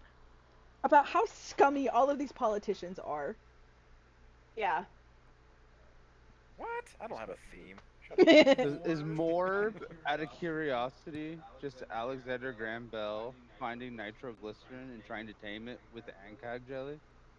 It sounds like it. Maybe, yeah. I'm just saying, this is very plausible and fairly likely. I think Yeah, we should none of kill us are that. aware of If any Morb's shit. real world equivalent would, give me a schedule one of these days, maybe we could find out what Morb's been up to. Well, we'll see. Yeah. The door's always open. Morb. Well, it will be a lot sooner as he's going to get back into welding. Yeah, What? that's awesome. Nice. Yeah. That'll be sick. Good My fucking boss congratulations. knows a guy who is a welder and needs an apprentice. So Okay.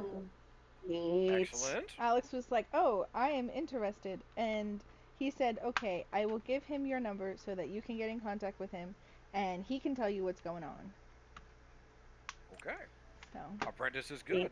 yes, Maybe and we're then talking potential union and union shit here. So okay. yeah, and Jesse is a fantastic boss. Love that guy. Pays That's very great. well. I'd Pays say hell yeah. extremely well. So Yay. looking. Hell yeah. Congratulations. I'll send him congratulations tomorrow. I want to you. hear good news when it's like when everything's all finalized. I'm not gonna jump the gun or anything here, but like I said, good things coming your way. I'm glad to see it. Beautiful. Yeah. Most definitely. Nice. Oh, I can Alright. end the recording now. Beep, beep, Mhm. beep, beep. I hope everybody had fun. This is a great session. We are gonna play again next weekend. Is everybody good for that? Yes. Yes.